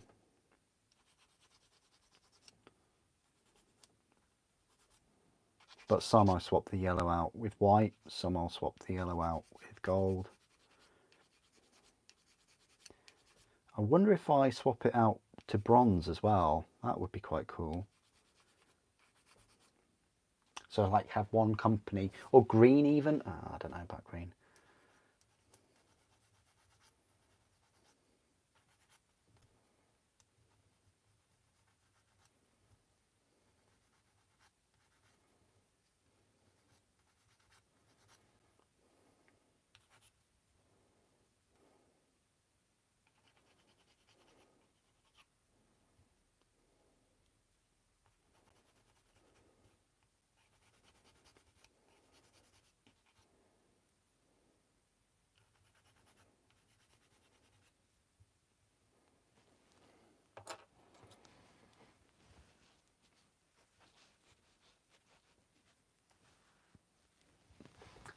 You're not against throwing down on a game of 40k. Just don't be surprised if there is not one single Primaris model. That's fine. Doesn't have to be really. You know, if you like all the old school stuff, you can still use it. You know, the 10th edition Codex has most of the old stuff in. They don't have the Contemptor Dreadnought in there anymore though, or different Terminator armors. Which is really odd. Well, it's not odd, it's predictable. It's predictable that they only make these codexes and rules to sell models.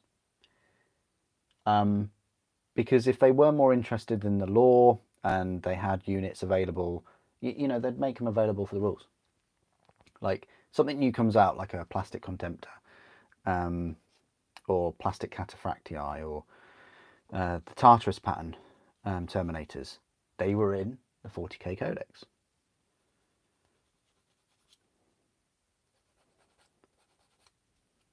They're now not in the 40k Codex. You know, so I'm really adverse to that. Going from one edition where they're available, where you pick up a codex or you coerce it into buying a codex for your army, for your Space Marine army, and you see these units like a Contemptor, and you're like, oh, that's really cool, and it just, you know, flips something in your brain, and you go out and get one, and you build it, you have fun, you paint it, and then because the rules are available, you go out and game with your friends and all the rest of it, and you have some good memories. You know, your Contemptor sometimes dies, sometimes it survives, you know, whatever. And then in the next edition, they rip it out. And yeah, I could see why you would be pretty miffed about that.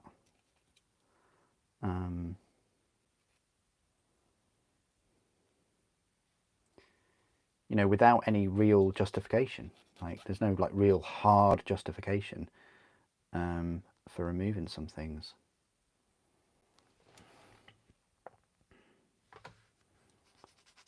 I mean, it's not like they had a Titan, which is gross use of points anyway, in a standard sort of 40k codex. I mean, they even took out the Mechanicus Knights from the Mechanicus codex.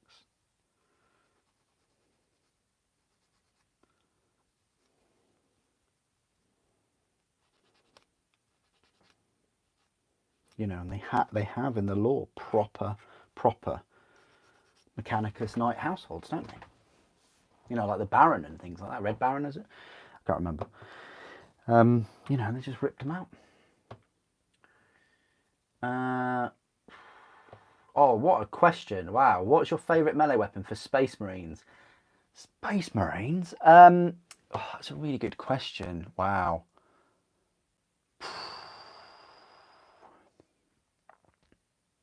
I might have to get back to you on that one. I do like the normal bolt gun. Like, I mean, I played bolt gun on the PlayStation, didn't I? What weapon did I use the most? I like the Volkite a lot on that. Plasma was just a bit too slow firing. That's a really good question, but you've said melee. Melee, okay. Melee weapon, okay, melee weapon. Oh, don't ask me what the range one is. I'd probably say assault cannon. Or plasma cannon. But melee weapon, oh. Chainsword is fun. You know, I'm going to have a lot of fun using the chainsword in the new Space Marine game.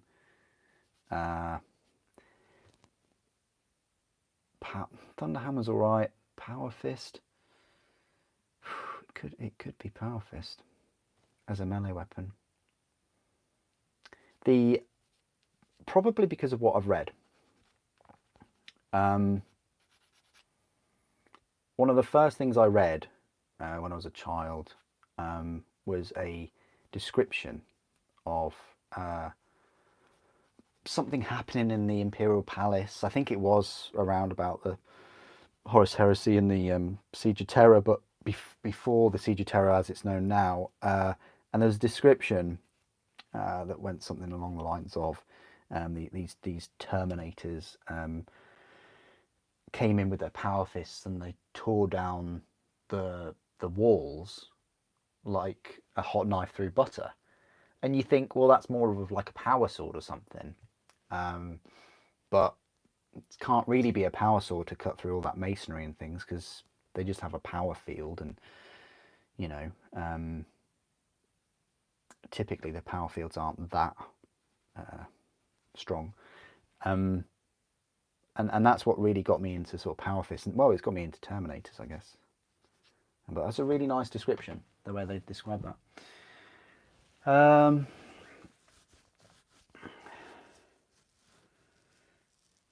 Yeah, Eviscerators are lovely. Yeah. I wonder if we'll get them for like Blood Angels though, because the Blood Angels seem to have them, and Sisters of Battle have them, don't they? So if we get like chapter-specific codexes, which would be very cool for 10th edition.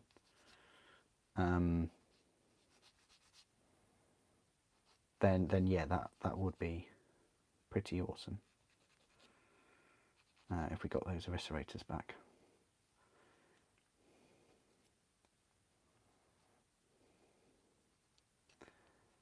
I don't know, I'm not a massive fan of like double-handed anything. Melee weapons just seems slow.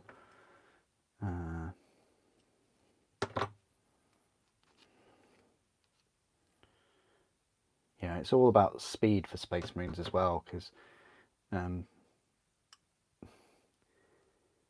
they need the speed, because the speed of a Space Marine against another Space Marine, it is all about that speed. They just need to get you know, lots of little strikes in, because just one strike is enough to completely annihilate a mortal, I guess. Well, that's everything that I've read from Siege of Terror, at least. You know, and it also seems that like skill and mastery and discipline outweigh kind of power and force and aggression and anger and hate. You know, but yeah, we're talking about a little duel that happens, little duels.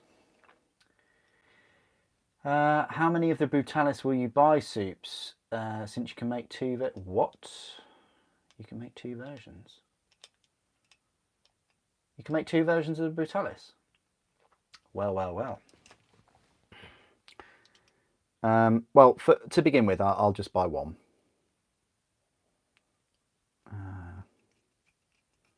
Got to concentrate on this hole first, though. That'll do. Don't want to go too deep, but just deep enough. I'll have a little look. Lightning Claws, you really like Lightning Claws. Maxim.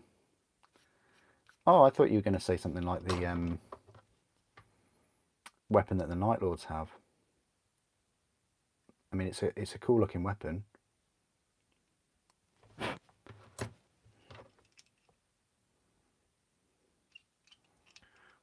I prefer it to like the ice hockey team of the White Scars, those big saber type weapons.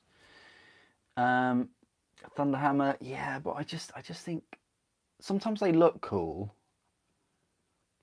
especially against demons and things, but again, slow. Like, although I remember reading about the Imperial Fists that I think Lysander mooches around with a unit of Terminators with Thunderhammer Storm Shields, and their primary goal is to be teleporting next to Titans and just thumping them with the Thunderhammers. I just think that's brilliant. The Whack-a-Mole Squad, probably they're called. Maybe they have some like little mole insignias on their armor. I don't know. That would be quite funny. But yeah, they just teleport in, start hammering away at Titans. It's fantastic. Sort of like every problem is a nail kind of unit. Do you ever do RC car builds? No, I don't. Nope. Don't get me wrong. I'd love a RC car. That would be quite cool.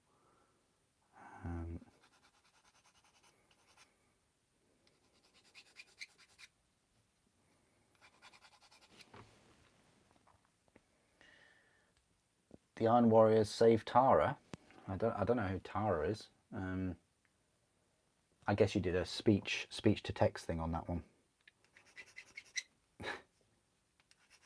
I mean, whoever Tara is, she sounds lovely, and you know, it's nice that the Iron Warriors have saved her. But chain glaives, that's what it is. They don't have the power field, so they don't cut through heavy armor. Yeah, that's true. Lightning claws. I mean, lightning claws of Korax are pretty awesome. Like, well, even the Emperor had a lightning claw, didn't he? So, you know, I probably would I probably would love one. Revan's always getting me to pick up some Gunpla as well, and I know I probably love those too. You know, anything to do with building and using my only hands, all over it.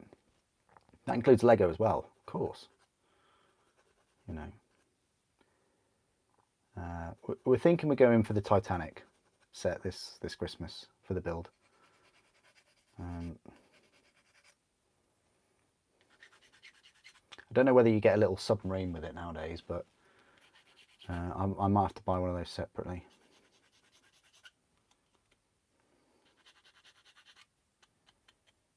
But just not assemble it, of course.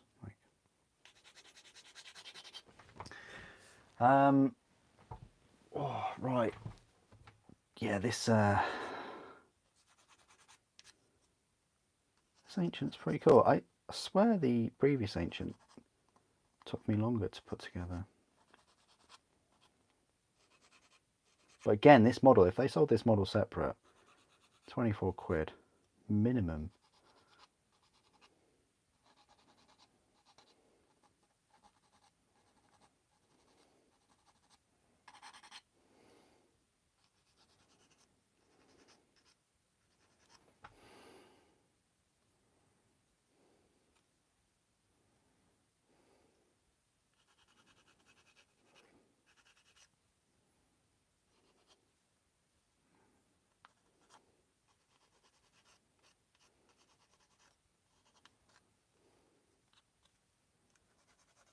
Okay, right, we can put him together now. I told you that wouldn't take too long.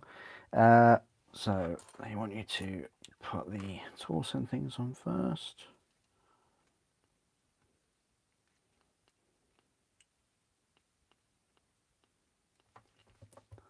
Oh, and a greave. Wow, so this comes with the half a body and both the legs already attached. It's a bonus right there. And then the tactical rock, of course.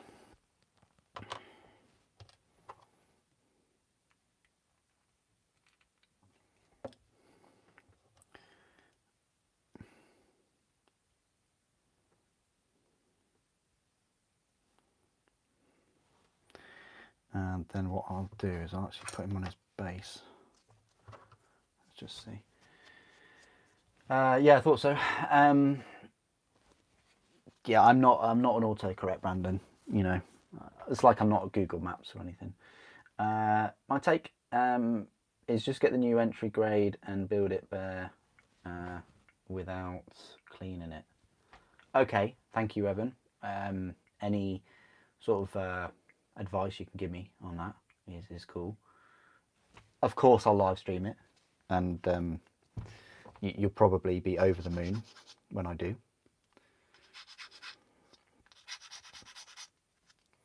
I'd probably get three of them in total. So an entry grade, and then just go straight into, is it gold? I don't know. I don't know what they are. The very expensive ones, probably.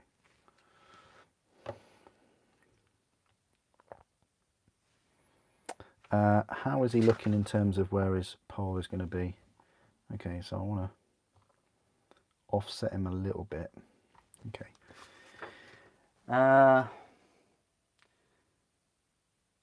Maybe you should pressure me into buying a new motorcycle. There's nothing wrong with my motorcycle. But I would rather have a new motorcycle than Gunpla here.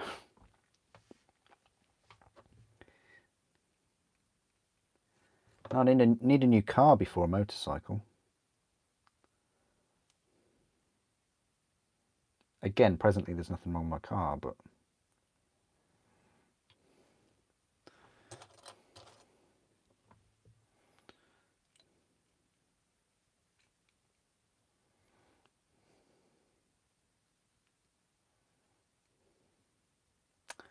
no, at the moment I'd like a studio or like a cabin so that I can do this in, you know,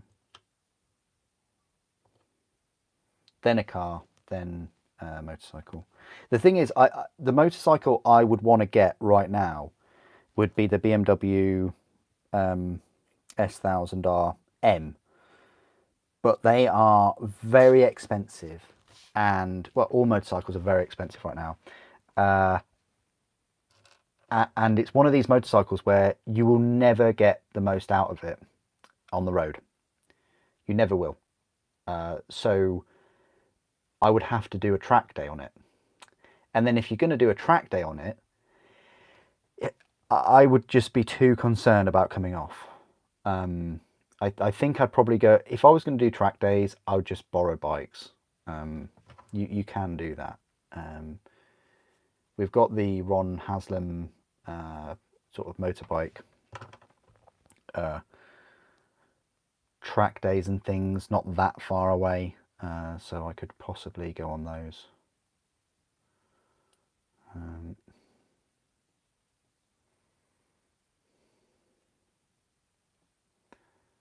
So yeah, if anybody wants to buy me a BMW S1000 RM, then for Christmas, then happily do an unboxing of that. I'm really struggling to find where this connects to. I think I want to say it connects there.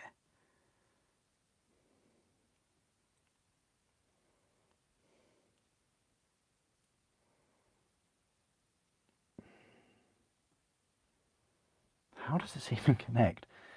So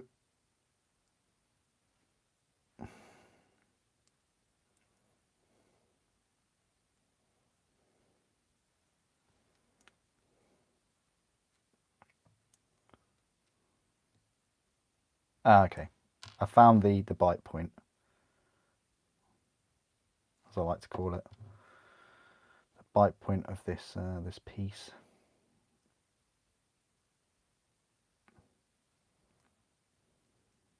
That's an odd piece, that one. They want you to put the shoulder pauldron on before you put the... No, I ain't going to do that. Put the shoulder pauldron on afterwards. Thank you very much, Mr. James Workshop.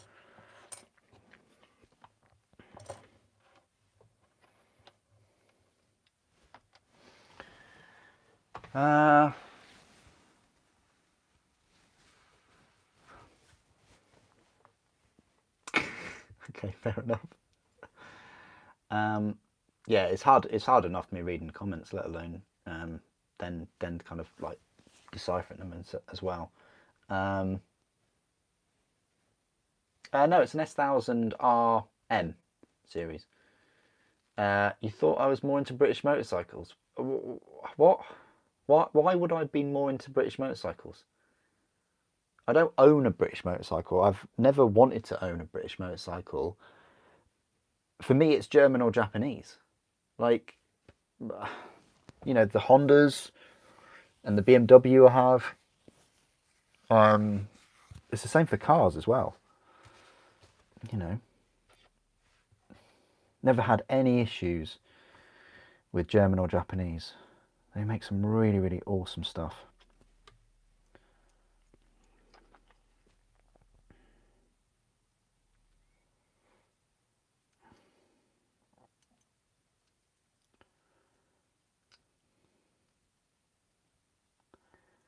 Right, I think that'll just go in on there. Possibly, maybe. I'm not sure about this thing that I'm doing. But we'll have a crack at it. Yeah, we'll just put that there. And then what do you want to put on? Oh, okay, well, we'll put the shoulder pauldron on, okay.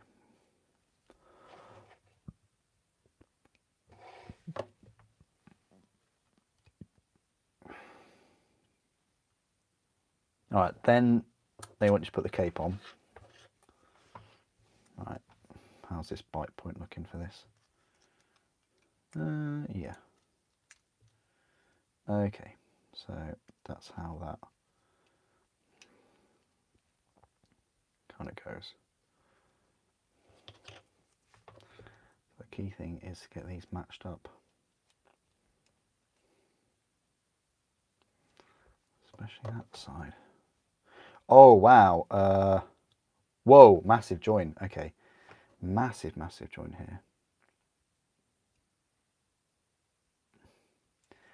Yeah, I'm not a big fan when they put these massive joins on.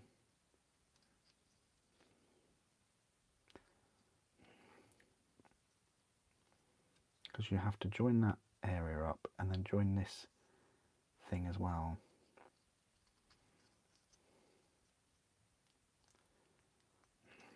It's going to be a Tamiya thin job, this.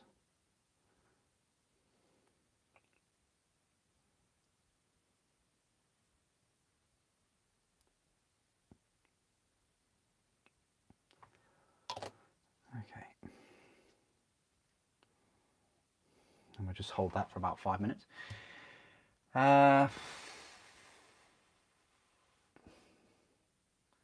Swedish? We're talking about motorcycles.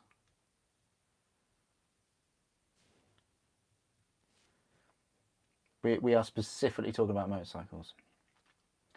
Ducati. Don't know about that. Most expensive bike, more like. If you're a biker, you always know the saying that the bike is worth more than the rider that's on it.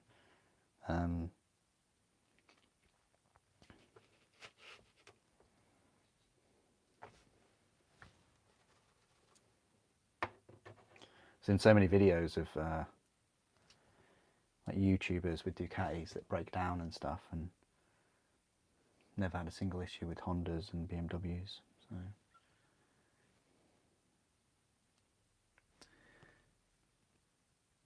All the best stuff is made in Japan. Here's that quote again. I recognise that quote after you've You've educated me. When it comes to Motorrad, your preference is GS Adventure. I'd rather pick a GS than a Africa Twin. Although I really enjoyed the Africa Twin, especially the automatic, you know, the DCT, because you go off road, you green lane, and you know you're in second gear, and it just doesn't stall. You know, doesn't go in first gear. You know, so you can concentrate on so much more, like all of the ruts and things in front of you, and debris and other riders. Like, you know, it's just another thing you don't have to think about. I still prefer, like, I wouldn't have it on unless I was touring and the roads were really straight, which is not why you'd go on a motorcycle.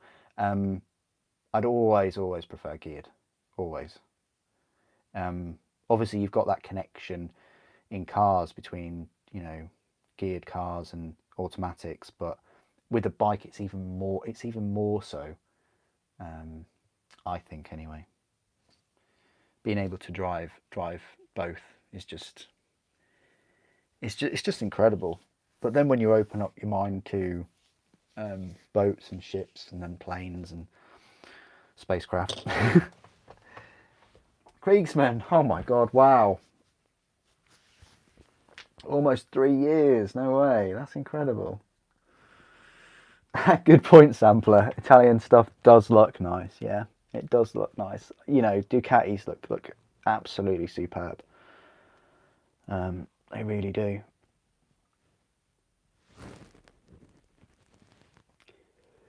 Like Harleys sound nice.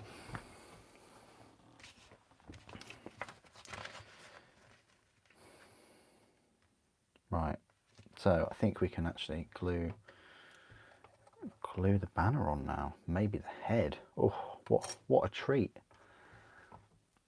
What an absolute treat.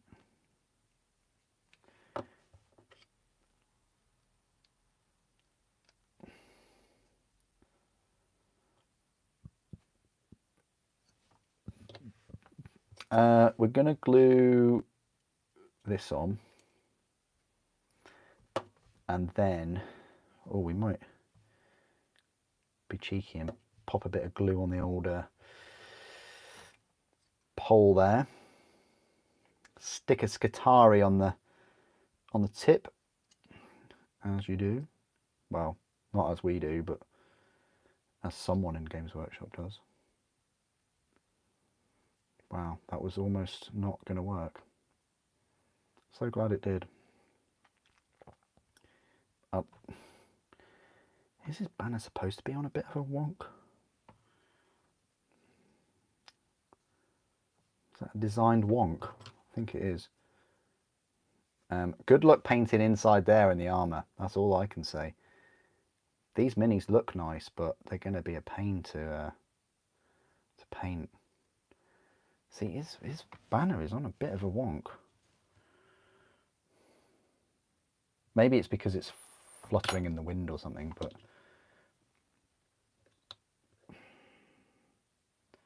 I don't know about that.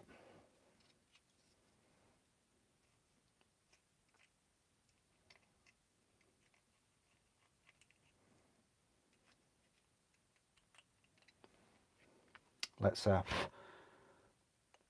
pop his head on. Probably could have put his head on before, but we're going to have him menacingly looking at you, saying, "Look at my big banner." I don't know what kind of accent that was, but yeah. He's quite cool. His join in his cape is not something I approve of, though. So we're going to have to file that off later.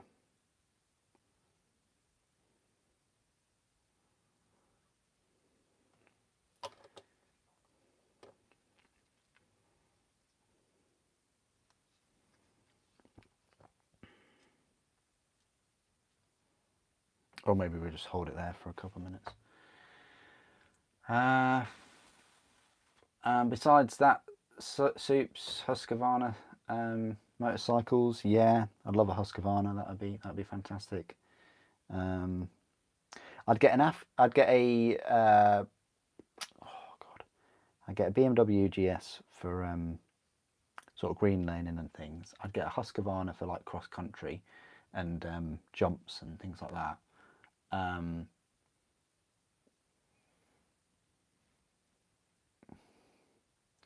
I'd get the BMW S1000 RM, and then I'd love a Kawasaki Ninja H2, just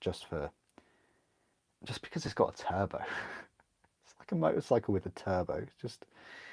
And then I'd get a Ducati, you know, because it looks nice.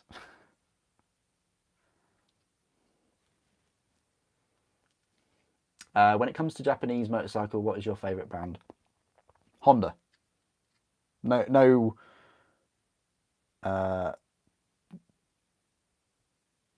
hesitation. Honda. Kawasaki's a nice. Suzuki, all right.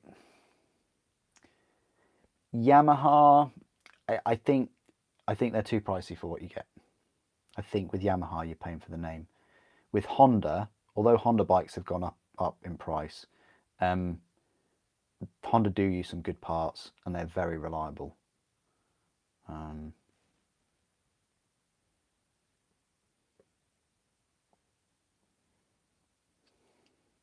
But then again, I mean, I've ridden on all those bikes, but I've never owned a Yamaha, and I've never owned a Suzuki. I've got mates that have owned Yamahas and Suzukis though.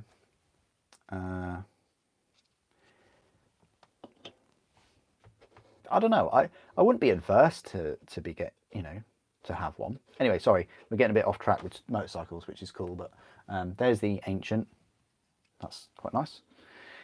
Let's build the company champion. I'm not sure if I'm going to build all these three. I might build the two, but maybe not that one. We might have to leave that one for tomorrow evening. We'll see. We'll see how far we get. I have been chatting a bit, haven't I? I probably should get another drink. Yeah, coming up to sort of, we're over 2 hours, aren't we now?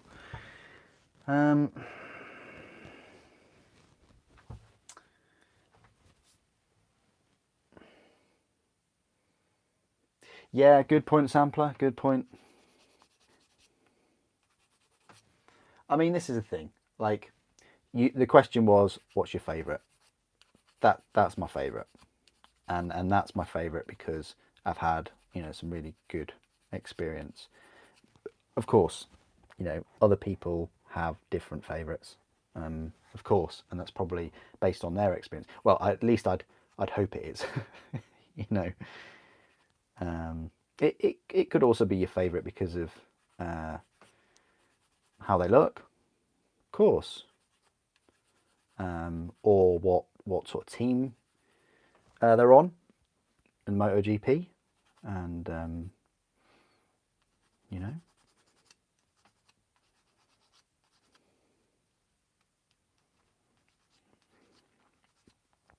think it's very subjective, of course, because you're asking what a favourite is. It's like, what is your favourite melee weapon? I'd say Power Fist.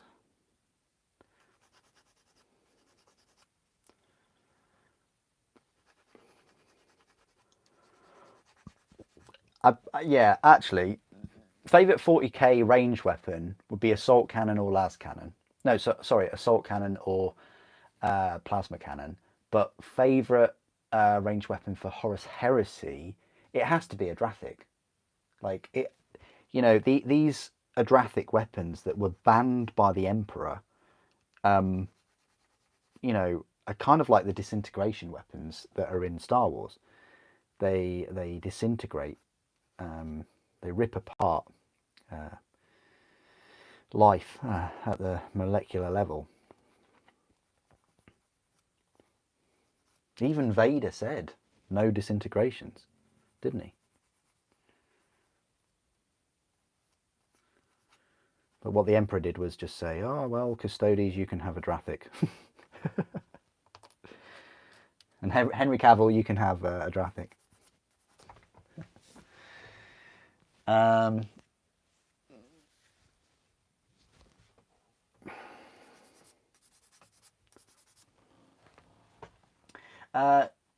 Your thoughts on an EV motorcycle? I mean, they serve a purpose, I guess, and they'll be, you know, really fast, no doubt. But it does. You're right. It's soulless. Like, part of the motorcycle is the sound that they make. Probably with cars as well. Well, with some cars. I'm not talking about like Ricers or Kevs that, you know, mod their cars or put a silly exhaust on just to make it. You get that with motorcyclists as well. You know, changing the output, the sound output of cars and bikes and things. I mean, you can do that, but at the end of the day, it is what it is. But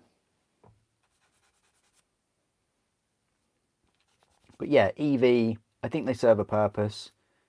Would I have one in a stable? Yeah, I would, but there's lots of factors, aren't there? Like charging, how long does it take to charge?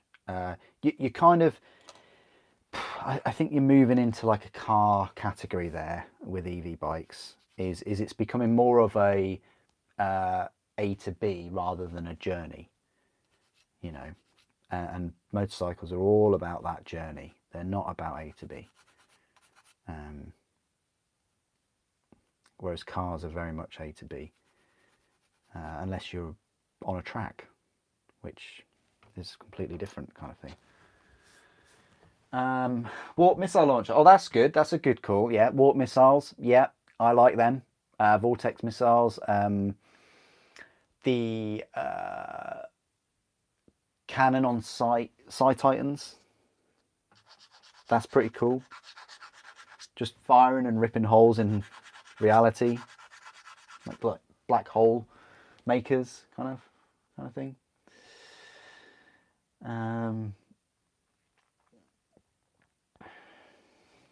Combustion engine.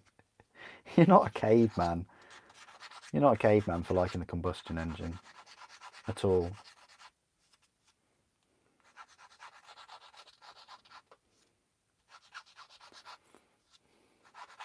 At all. I mean, most of the electricity most likely comes from burning things to power the electric vehicles. So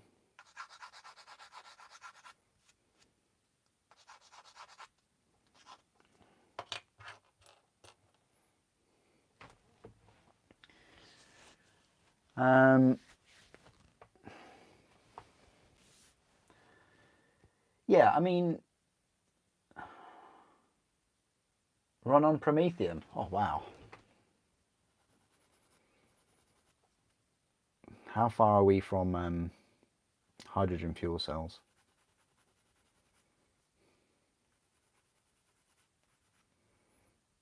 Elon still needs to make some more money from batteries.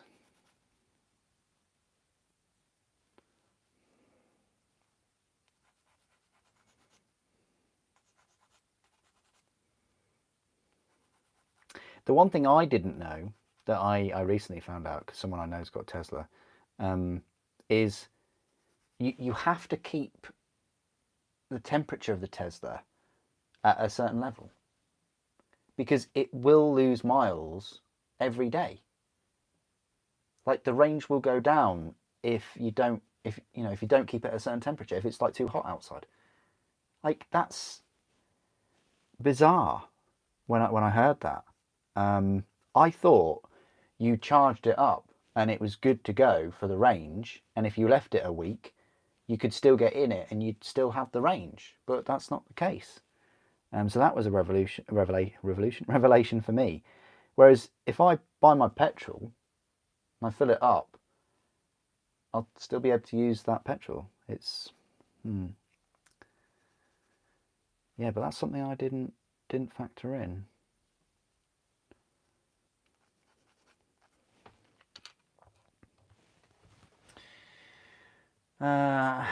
Nuclear powered motorcycle. Wow. That's some Russia thinking, that is.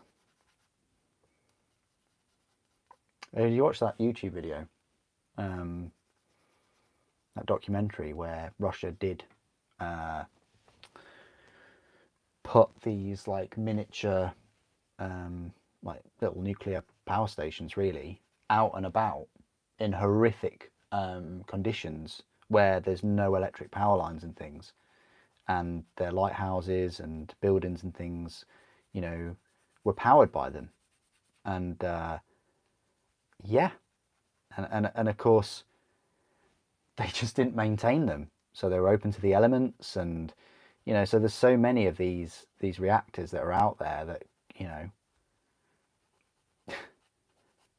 just yeah, being released, I guess, because they even, I think, halted the retrieval program of them.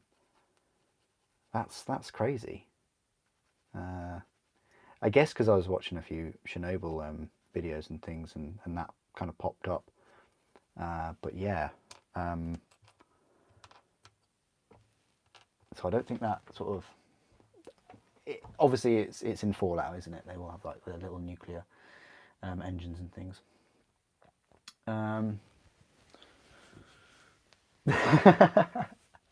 Hurry up, Elon! Yeah, I mean, it's not like he's a busy chap. You know, live streaming. Was he live streaming? I think he was live streaming playing games. Good on him. You know, he needs some R&R, definitely. I think it's cool that he's a complete nerd about it. I think it's brilliant. He's done a lot, and I'm sure he will do more. I think, you know, having that moon base up and running, so that we can then launch ourselves to Mars from there is just yeah. Don't know whether I'd want to live on the moon. I mean, a lovely view, don't get me wrong, of our planet, but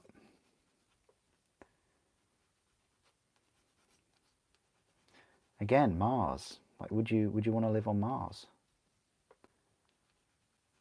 The thing is, with living on different planets and things, wherever you go, there'll always be people. You just can't escape them, can you? You just can't escape them. We've gone off on some really strange tangents tonight, haven't we? Everything from motorcycles to Elon Musk. It's been a nice chill live stream. I've only built 2 Space Marines, but still.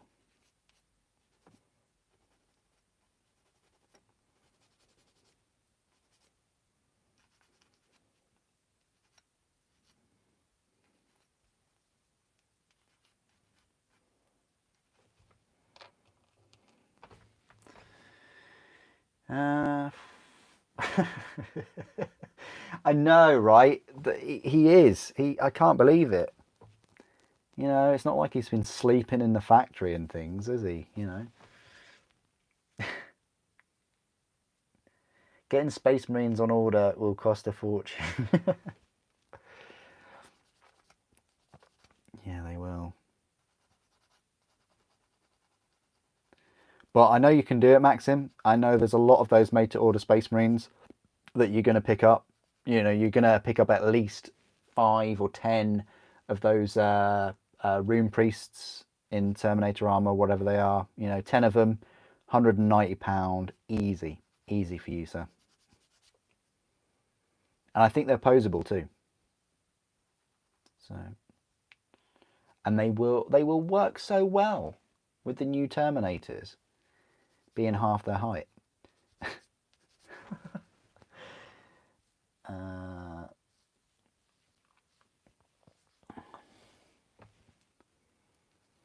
not as much as Australia. Oh, oh, you just had to go there. Oh, it's too soon, Maxim. Too soon.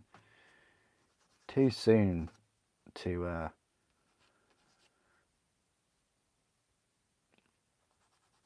diss our brothers from down under.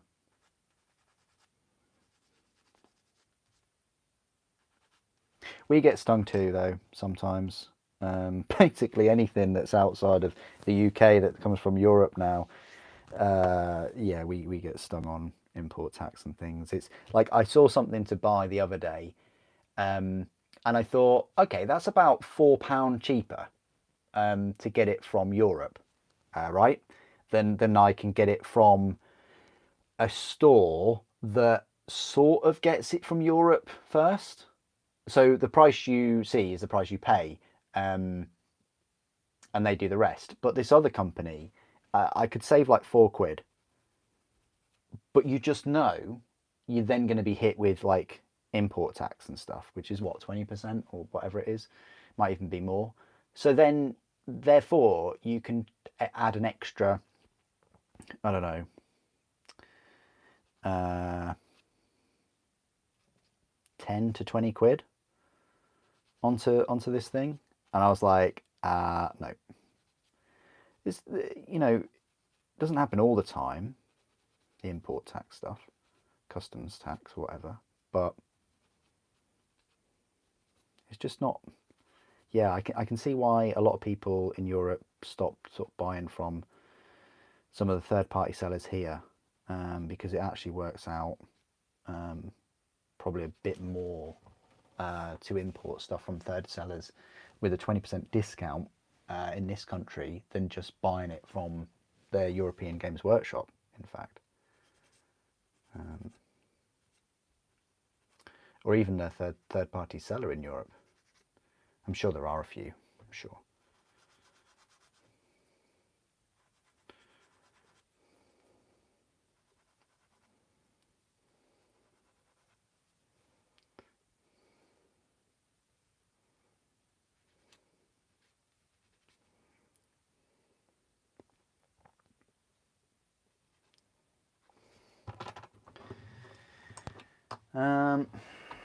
They're all Finecast. Maxim, you're just regurgitating all of that love there. It looks like Finecast is your favourite. You've always told me. You said super. This Finecast stuff is better than Forge World Resin. No, he didn't actually say that. It depends on the Finecast model. Like, as a general rule of thumb, avoid it.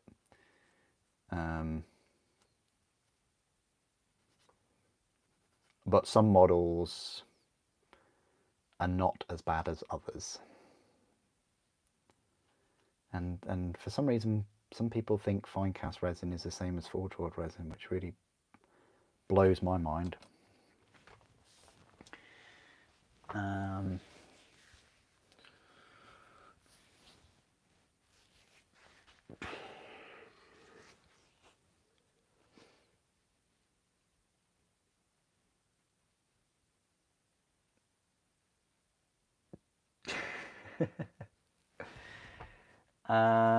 Odds they discontinue all Finecast in the near future. I certainly hope so.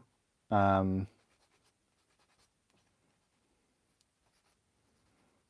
hope they just bring out everything in plastic.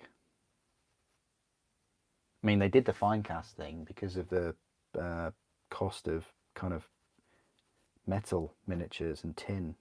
It just went through the roof. So they had to do something quick. Unfortunately, what they did is they got the molds from the tin and things, and they just like essentially kind of use them for the resin, which is why some models are not as good as others. It was a very fast solution.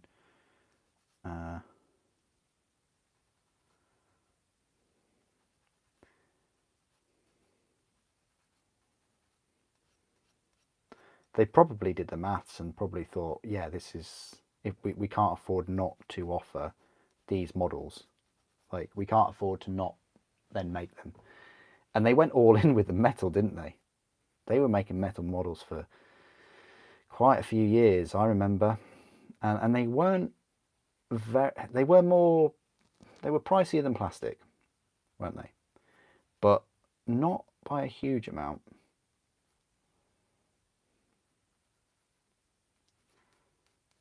But I remember going into the Games Workshops and looking at the big shelves of metal minis and just thinking to myself, how can all those shelves hold that much weight?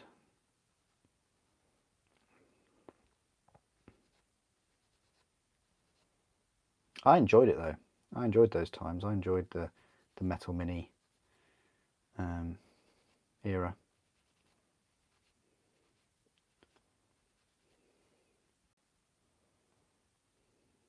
Kind of before the internet a little bit.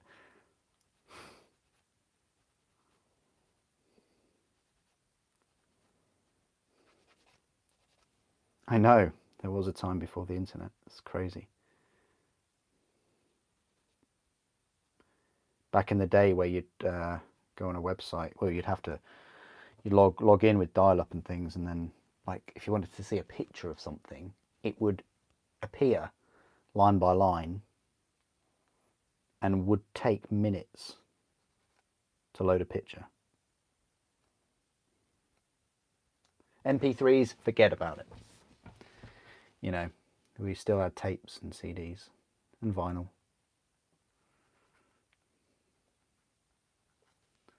So I'm just reminiscing a little bit now from the early days of the hobby.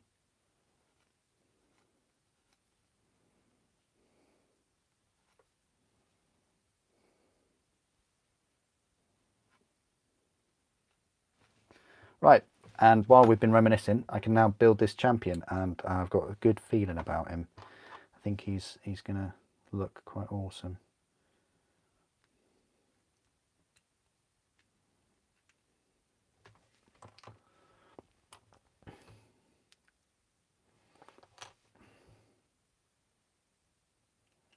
And we do have enough time to build the other veteran, but we don't have enough time to build the veteran with the heavy bolter, so we'll do that tomorrow. Wow, so that's going to be way too much glue. Even that's too much glue right there. But that will go in there. Whoa, calm down you. Okay, arms need to be glued quite quickly together.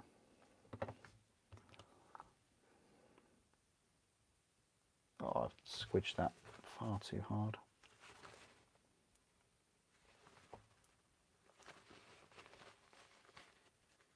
Far too much glue on there, so just be careful with that one, that piece.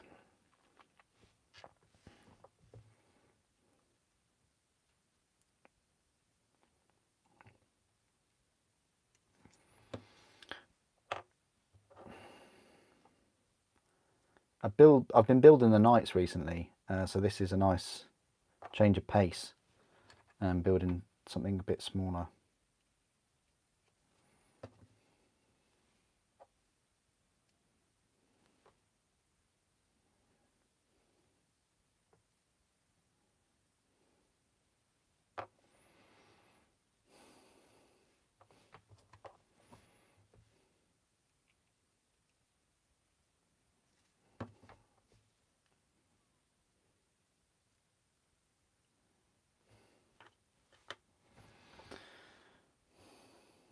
Okay, so arms and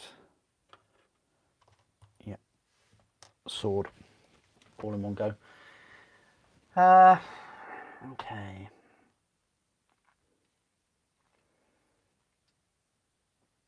Old world stuff is supposedly all metal, and they're not going to be fine cast. Interesting. Supposedly, have they said that? Hello, David. How are you doing? Good to see you again. The coolest Space Marines of the latest release. They are pretty cool. Yeah, they are pretty cool. Yeah.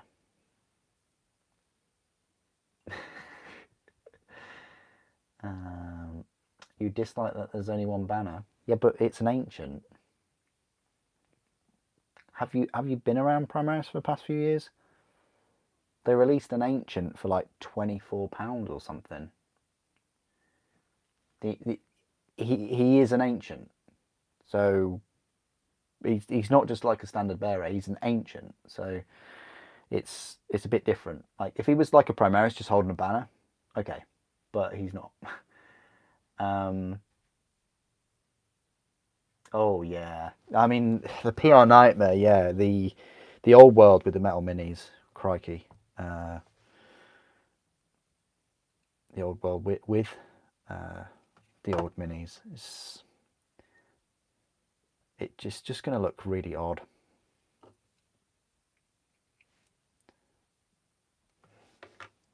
I think it's going to look odd, but we will see. Right. So how do they? Okay then. So this is, I don't know how they're going to do this, but it's almost like it covers the join, which is quite cool.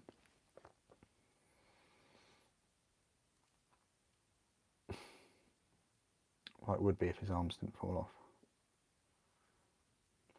Okay. That works, it's fine.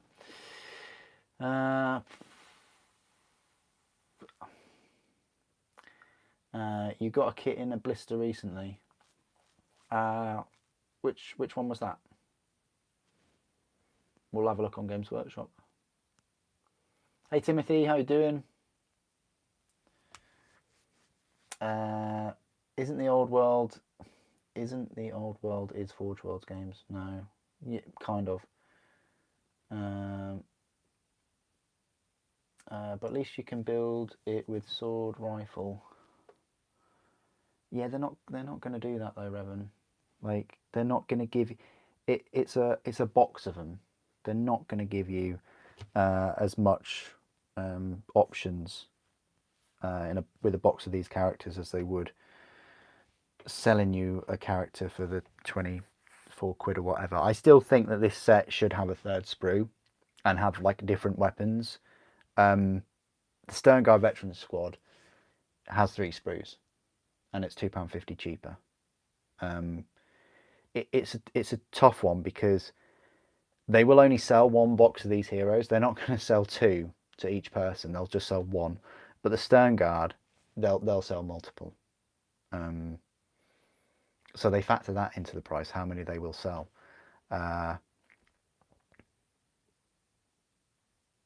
It is tough because if they had a third sprue in here, then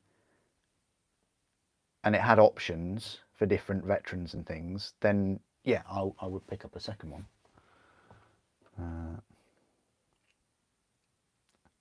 And maybe other people would. I don't know.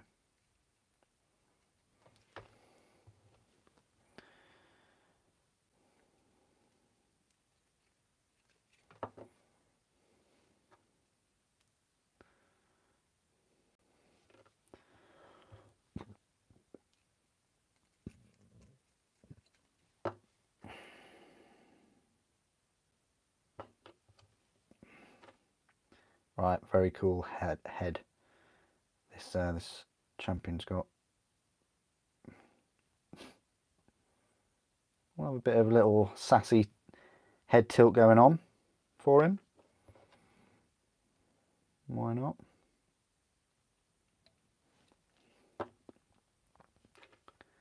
Right, and his power plant.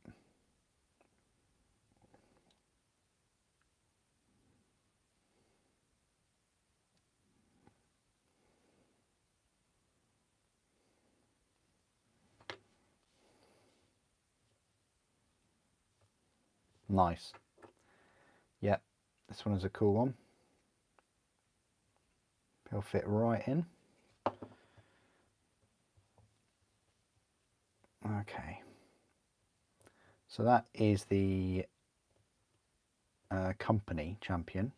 I guess there's a champion in every company. I've got multiple champions in my chapter, but yeah, that's the company champion. Very nice.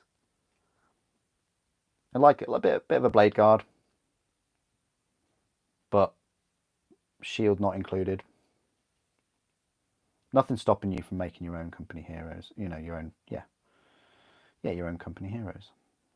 Would you need a box set of these per company if you've got a chapter like me? I must be getting on to 1,000 by now. 1,000 Space Marines. Right, we'll build this veteran and we'll end it because I have been almost 3 hours already live streaming, and I have got things to do tomorrow, but I will be back tomorrow evening again to finish this one and to start the veteran squad.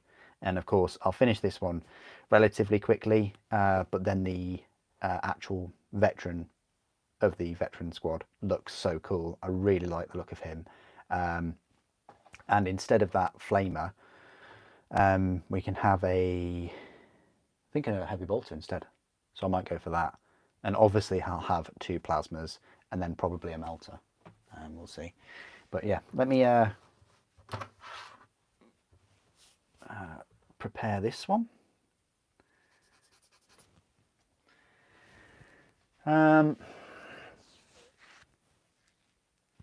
Your Warhammer spending got curtailed because you got into firearms. David, you know, if I was living in America, I would definitely get into firearms. There's no doubt about it. One of my ideas was to have a gun range in the UK, all heavily controlled and things, but yeah, I just think the amount of tax that they could get out of that, you know, so many services are just at crumbling point. Anyway, I don't want to go too much into real world stuff because you know, I'd rather keep it on the hobby. The veterans in Company Hero have fixed. Yes, Revan. Sorry. Again, I haven't released the unboxing of this. Like when you asked about the, well, you did ask about the options at the start of the whole stream, and I said it was what you see is what you get, and you would understand that if it's you know, it's my fault if I had released the unboxing video first, and I haven't. Oops, sorry about that. I know there's a freeze. Okay. Only the champ has a pistol option and a fist sword. Champ? This is the company champion right here. He has a sword. This is the Primaris captain and has a bolt gun, plasma or volkite, a power sword or a power fist. Again, this is why I'd rather not do a live stream before I do an unboxing, because at least with the unboxing you guys can see what's in here. Yeah, this has really affected whether I'll do that again, because I'd rather people come to the live stream sort of equipped with you know, what this kit has got in it and things, which normally that does happen, because I'd release the unboxing, but you know, I didn't release the unboxing today. There's a video that I want to release tomorrow, but I'm probably gonna delay that now. But the unboxing will come next week. I think it's actually the unboxing for the Company Heroes. I think it's actually Tuesday, so you won't have too long to wait, guys. You know, too long to wait. Spider-Man 2 tonight? No, just don't have any time. It's coming up to, it's not that far off 10 o'clock in the evening, and I've got to be up early to get some bread. So yeah, I've made 5 videos, and I've done a bit of other work, and then this over 3-hour live stream. But no, unfortunately, I haven't been able to get any Spider-Man 2 action in, which is, yeah, quite sad. But I probably will Monday for a little bit. But I'll live stream it, and I'll probably narrate it, because it seems like a good game to narrate, I think. Yeah, I'll be on Discord at 10 o'clock, just for a chat, just for like half an hour or so, maybe. Yeah, it'd be good to catch up. I know you weren't in Discord last time, but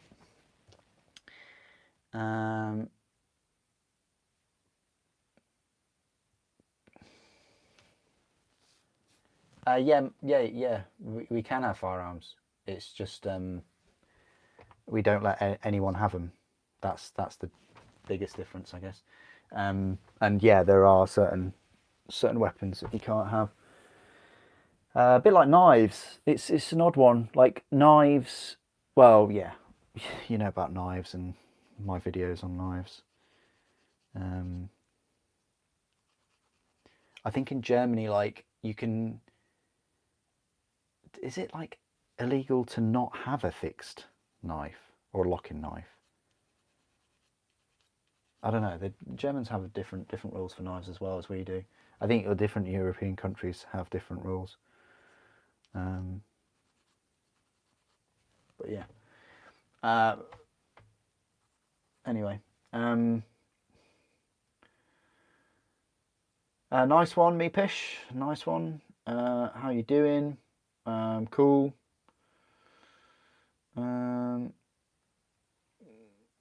Yeah, no worries, Giant Rat, no worries.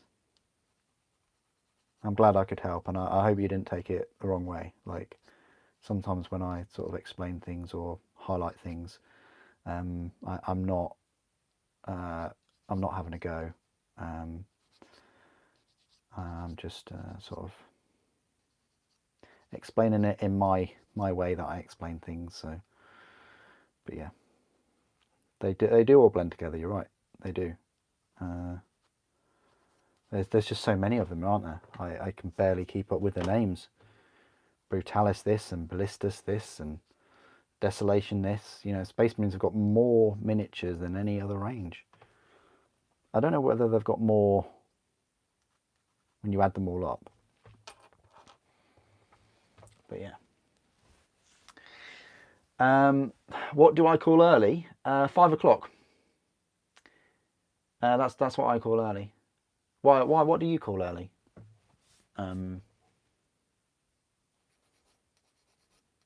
I think I do quite well different gear.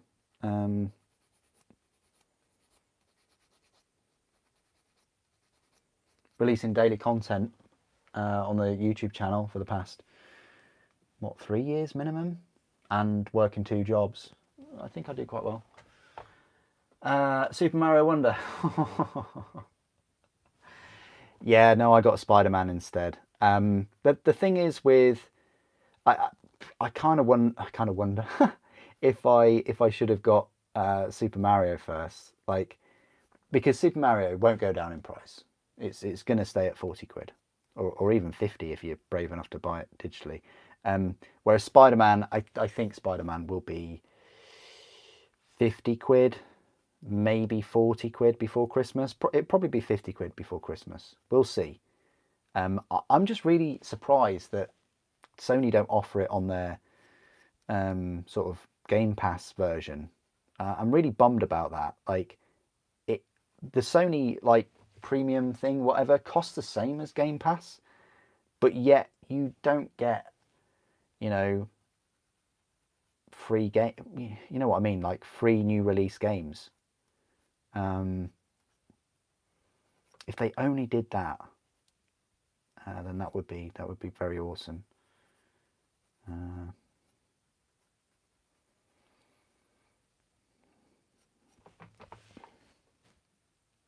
But yeah, talk about Super Mario Wonder, which has been getting some excellent reviews and things. I will pick it up, but you know, with these Space Marines and with Spider-Man, obviously, and with Horus Heresy next weekend, Super Mario Wonder is a game that I could lose myself in and just play it and really enjoy it.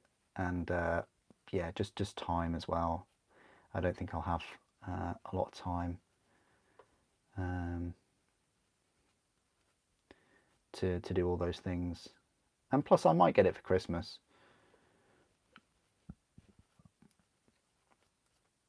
You know, I'd like to play Mario over Christmas rather than Spider-Man. Spider-Man set in, it's, I don't know. I mean, it's October in the game world, which is of course a bit different to Miles Morales, which was, you know, snowy and winter, and you know, and then the original Spider-Man was, I think, kind of summertime. I like how they've gone through the seasons, but it doesn't. I'm not getting that much of a feeling that it's October in the world. I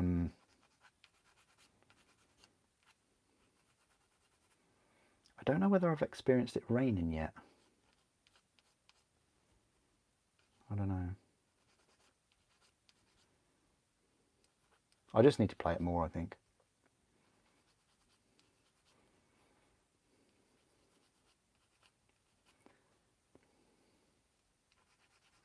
But luckily, all the big, incredible games that I was really excited about came out at the start of the year.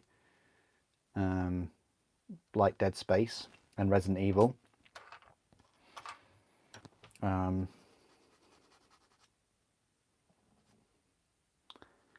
Starfield I didn't really get that much into.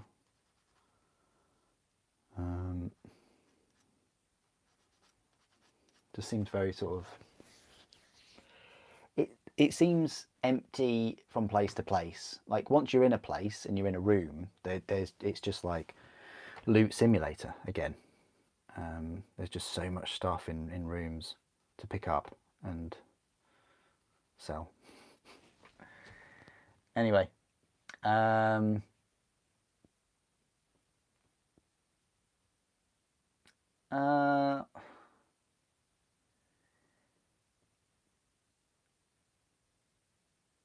I don't know about that sampler. Like, I don't know if that's, I don't know how that could be funny. Like, you know, why should I even share that? Like, this is what puts me off sharing anything, really. Because it, yeah, it does put me off sharing anything, to be fair. Like, I give up my own time, a lot of my own time, on my days off to make content, and then I get a comment like that. It's, I mean, I don't find it funny. I think it's actually very commendable. Someone who's of working age that can work 6 days a week or more to pay all the tax.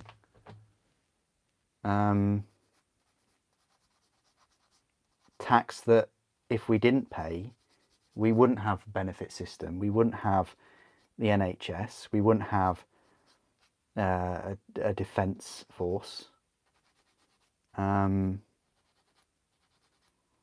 We wouldn't have all that support for people. You know, it's not like I work more and I pay less tax. It's not that kind of universe. You work more and you actually pay even more tax. And I think that's very commendable, especially if it's a different job or something, you know.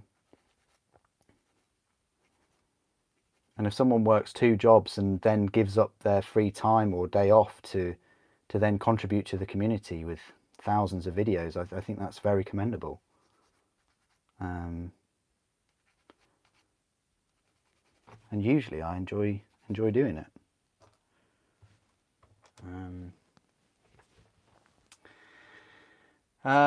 7 a.m. I would call early. 5 a.m.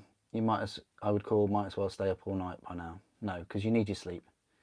And if you don't sleep, you don't recharge, you're not going to be as alert. And if you're driving to get places, you're going to run the risk of having an accident. And you might not care having an accident or something, but if you have an accident and you don't have that level of alertness, and you cross into the other side of the road and you kill a whole family, then your life is destroyed. Your life is destroyed. Their lives are destroyed. Just because you stayed up all night. That's odd. It's odd. I don't mess with like things like that with travel and getting enough sleep, and yeah. Especially if you're in like a responsible job or a position or something, and again, even if you do make it to work because you've stayed up all night, you fall asleep at work and things could happen. You could lose your job, and yeah. Anyway, that's just me being an adult, I guess. You want an anti-aircraft game against Santa for Christmas? Do they do them? That's interesting. Taxation is thief. No, it's a thing that needs to be done to pay for services. Like, it's the same for like pensions and things. Like in Western societies, you pay all your taxes and your pension and things, and then when you're older, the state looks after you. There's some countries where you don't do that, and the state doesn't look after you at all, or you have to pay for your, you go to work, you're working and you go to work and you have a car crash, and you then have to pay for all the operations and surgeries and all those kind of things. But you're working, like, that seems odd to me. But again, you could be working in another country where you don't pay all those things, and then you get to pension age or whatever, if you're lucky, and then the state won't look after you. There's no pensions, only your children will look after you, or your family members. Where do people think this money comes from? To pay for all these services and things.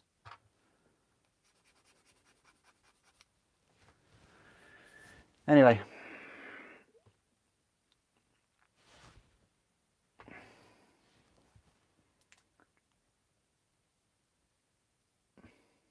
Yeah, but I don't. Sampler though, my friend. Like, you're in the chats all the time. You're watching all the videos. You obviously like the content and stuff.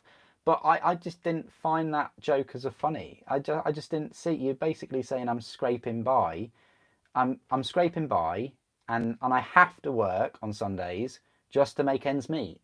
Like, I don't. A few laughing emojis at the end of it. Like, I just don't find that funny. I'm sorry. Like, I'm sorry that I didn't get the joke that was in there. I didn't get that humour. From one version, maybe you could look at it from, oh yeah, he's scraping by, like, as if I'm not scraping by. But in reality, all the support and things to the channel, members and stuff, and helping with the Element Games, that makes a massive difference.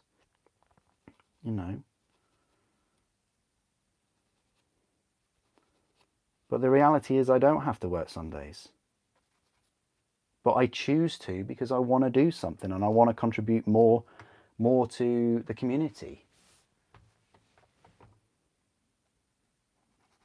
And if I wasn't working, then I would volunteer or charity work or something on the Sunday. But anyway, let's move on. Does the Blade Dude have options for his swords? The champion doesn't. No, the champion doesn't have options. None of them have options except for different heads, and the captain. You can have either the power sword or the power fist. So.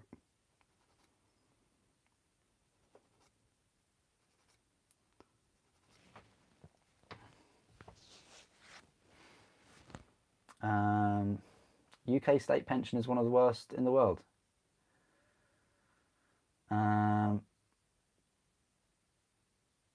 Let's be honest, if you get paid in cash, you don't pay all the tax. I don't know about that. I don't know about you. Yeah, that's a self-employment kind of thing. I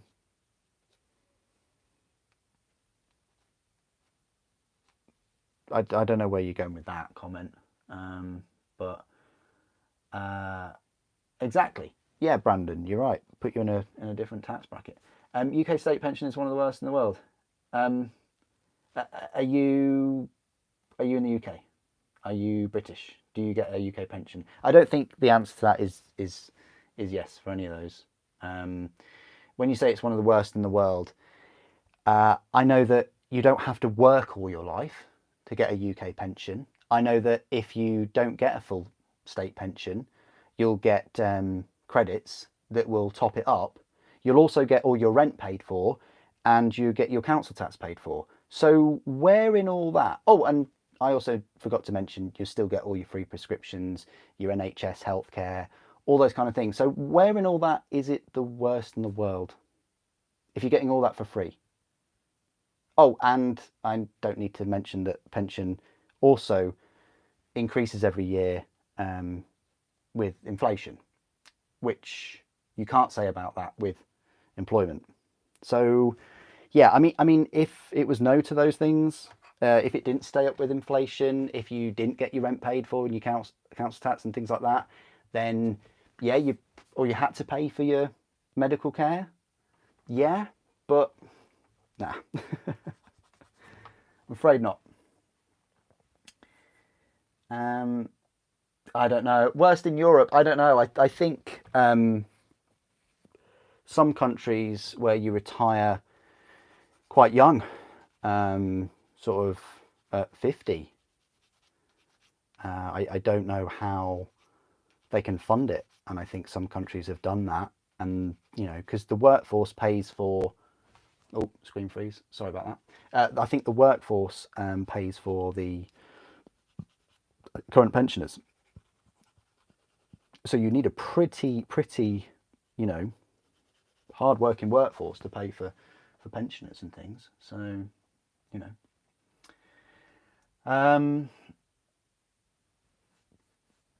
you'd rather be taxed just over time than contracted. Okay, yeah. Back to hobby stuff. We're going back into other things.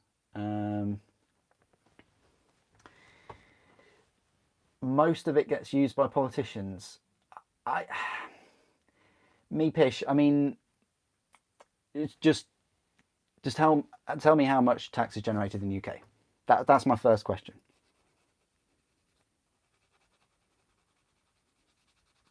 And if you can't answer that, then there's no point in sort of continuing that debate, because I need to know how much tax is generated, how much is generated for self-employment, how much is spent on this service, that service, how much goes to politicians. It's yeah. There's so that opens up a whole can of worms, really.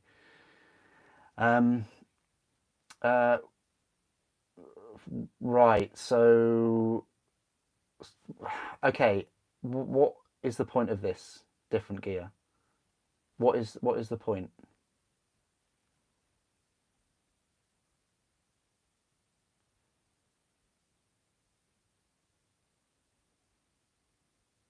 What do you mean by scraping by as well? That I work hard? That I get a lot of support? Well, where's all this judgment coming from? I've given so much of my free time and life and all those thousands of videos to be judged like that. It's not needed at all.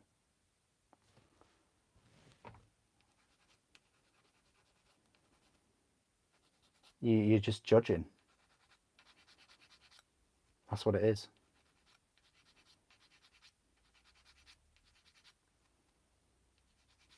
And actually, I would have rather taken the view of, you know, this guy has been given absolutely nothing from Games Workshop over all these years, not a single thing, but yet he's gone out, worked hard, spent a lot of his own money on the new releases to try and bring people some great content,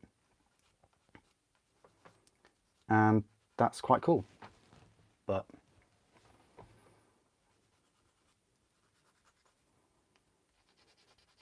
instead it's viewed through that lens, not by everyone, but yeah.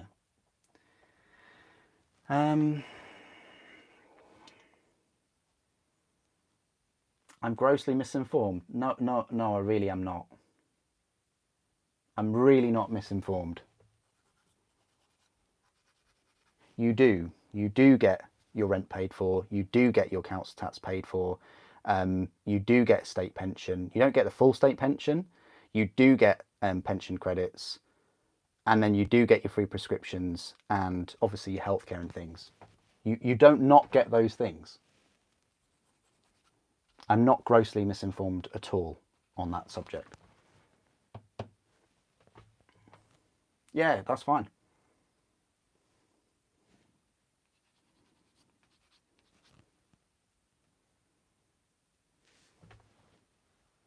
Yeah, no worries, Giant Rat. Thank you. Appreciate that.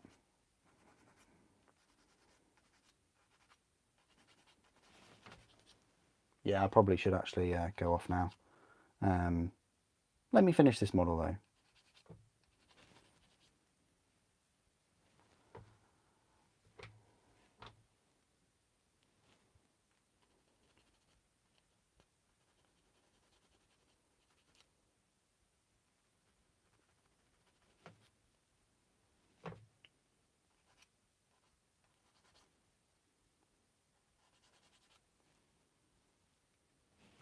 Scott, finally got your new Marines after waiting a week. Nice one.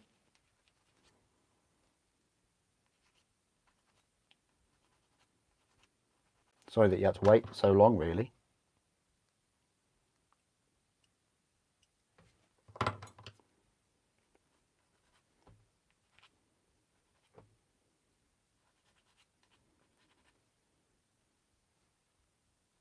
Well, it's a good job that you've got them though. You can enjoy them now.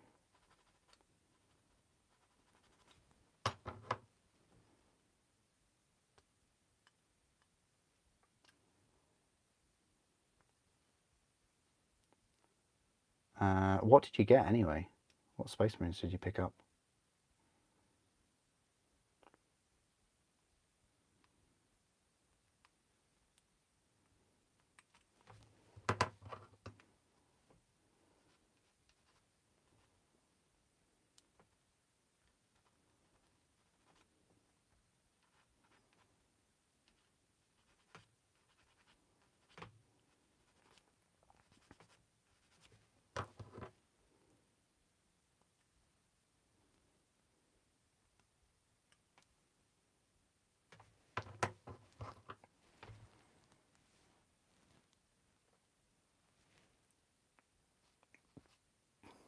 Yeah, Australia is lovely.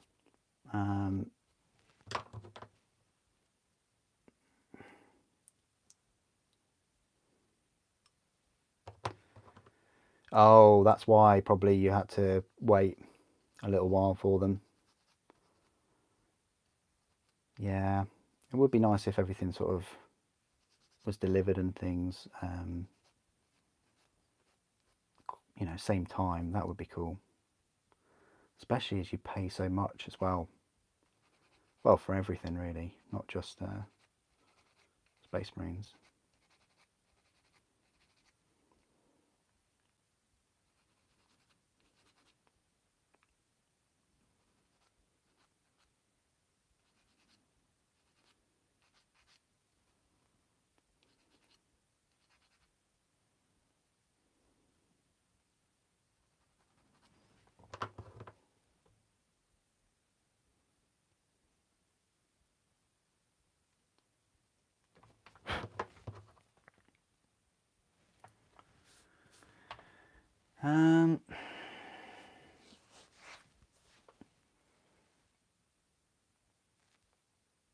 All by the Jump Marines. Oh, nice one.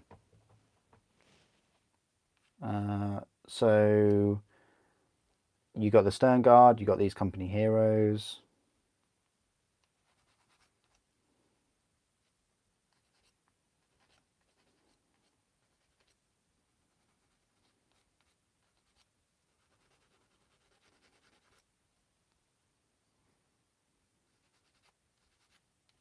Did you get the Lieutenant? Oh, I better just plug something in, to be fair. Probably change my mic.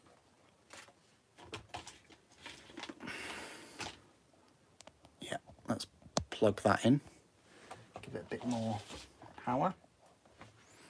Excellent. That should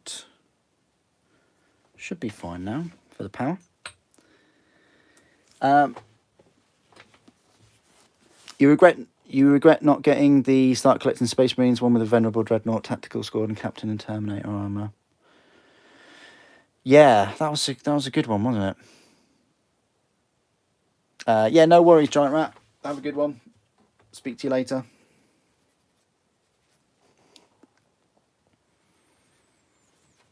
Oh, that does suck.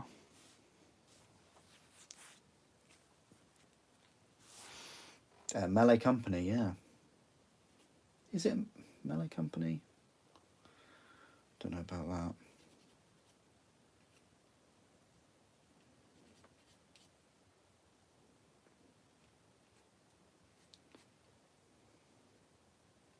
Okay. All right. Oh, thanks, Kriegsman. Thank you for the support. Appreciate that. Thank you. That will go towards the Dreadnought, I think. Brutalis Dreadnought.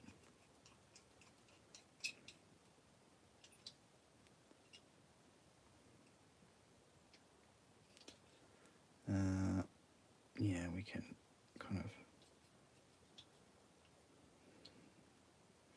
of... where does this one go, though? Oh, that goes at the top. Okay.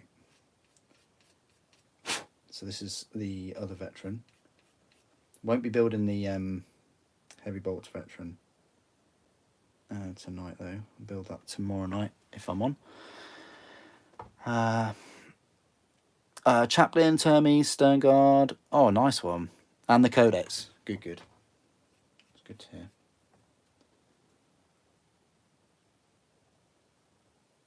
Yeah, I like the models for this range. I think the Brutalis could have come out a bit early, though. Not have to wait so long, but you know.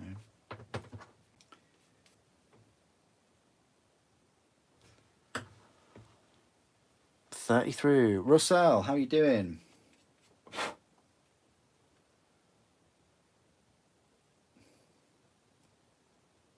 Yeah, we'll have that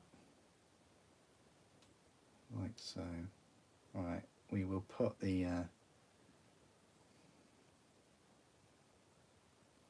this veteran together now.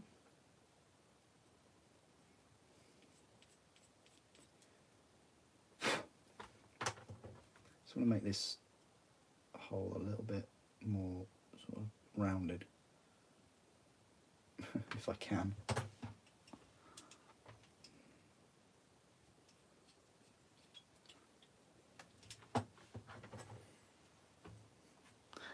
Conversions, nice. I think the kit will sell itself well to conversions, especially with the Stern Guard. Like, if you've got some intercessors lying around and things, that kit you can double really to 10.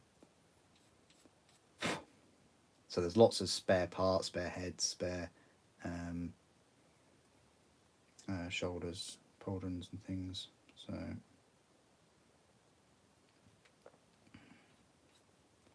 right, happy with that now. Let's glue them together.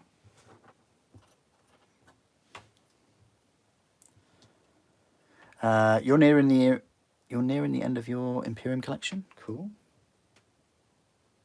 That's quite good.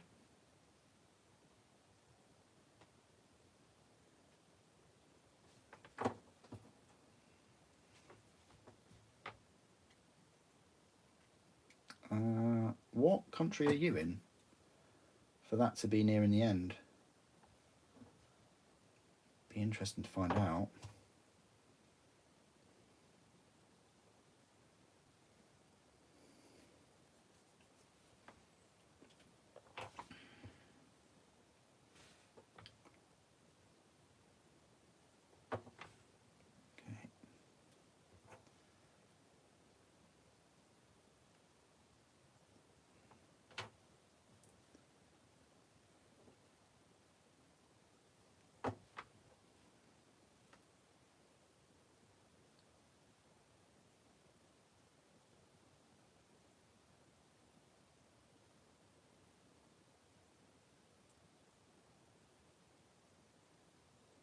Okay, so that'll go on there.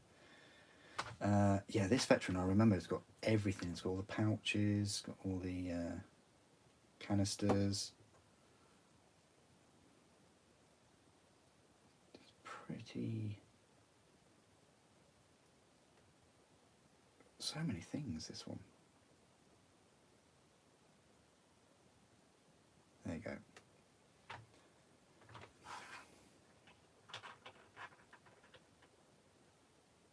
Ah, yes. Another tactical rock. Yeah, we'll put that on straight away.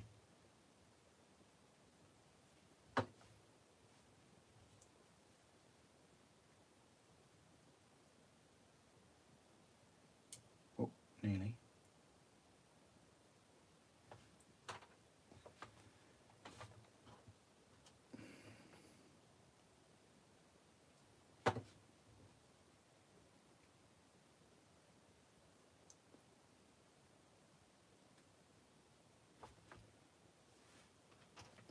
And then this, yeah, this sort of bionic arm. I guess this one would be good for Iron Hands. Possibly. You could easily put this arm on a, like an Iron Hands Space Marine. Intercessor or something.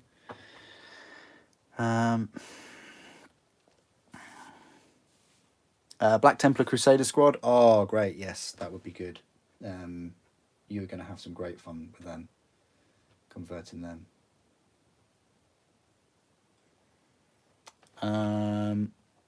Did I see the Mechanicus figure with long legs? Sorry, Roussel. I don't agree that it's a cool miniature. I think it's blimmin' awful. It's not good. If you think it's cool, that's fine, but I think it's terrible. Hilariously terrible, though. Like, meme-worthy. As I've seen a lot of funny memes that people have sent me about that miniature.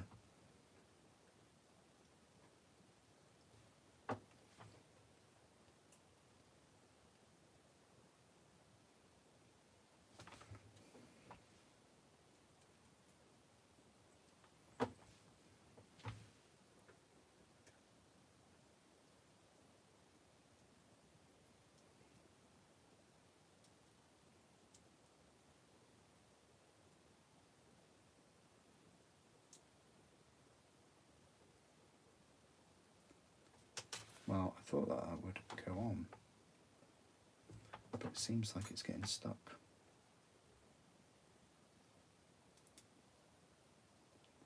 On the site. Because it has to go in and under first.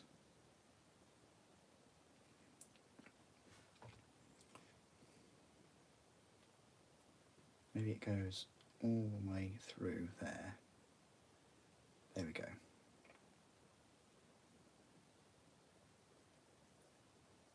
Bit of a jiggery pokery, that one, but probably the easiest one out of all of them to make. It reminds me of that lieutenant, that tall lieutenant, really. forget his name, but he was like an event exclusive mini. Sort of just like chilling, clenching his fist. Yeah.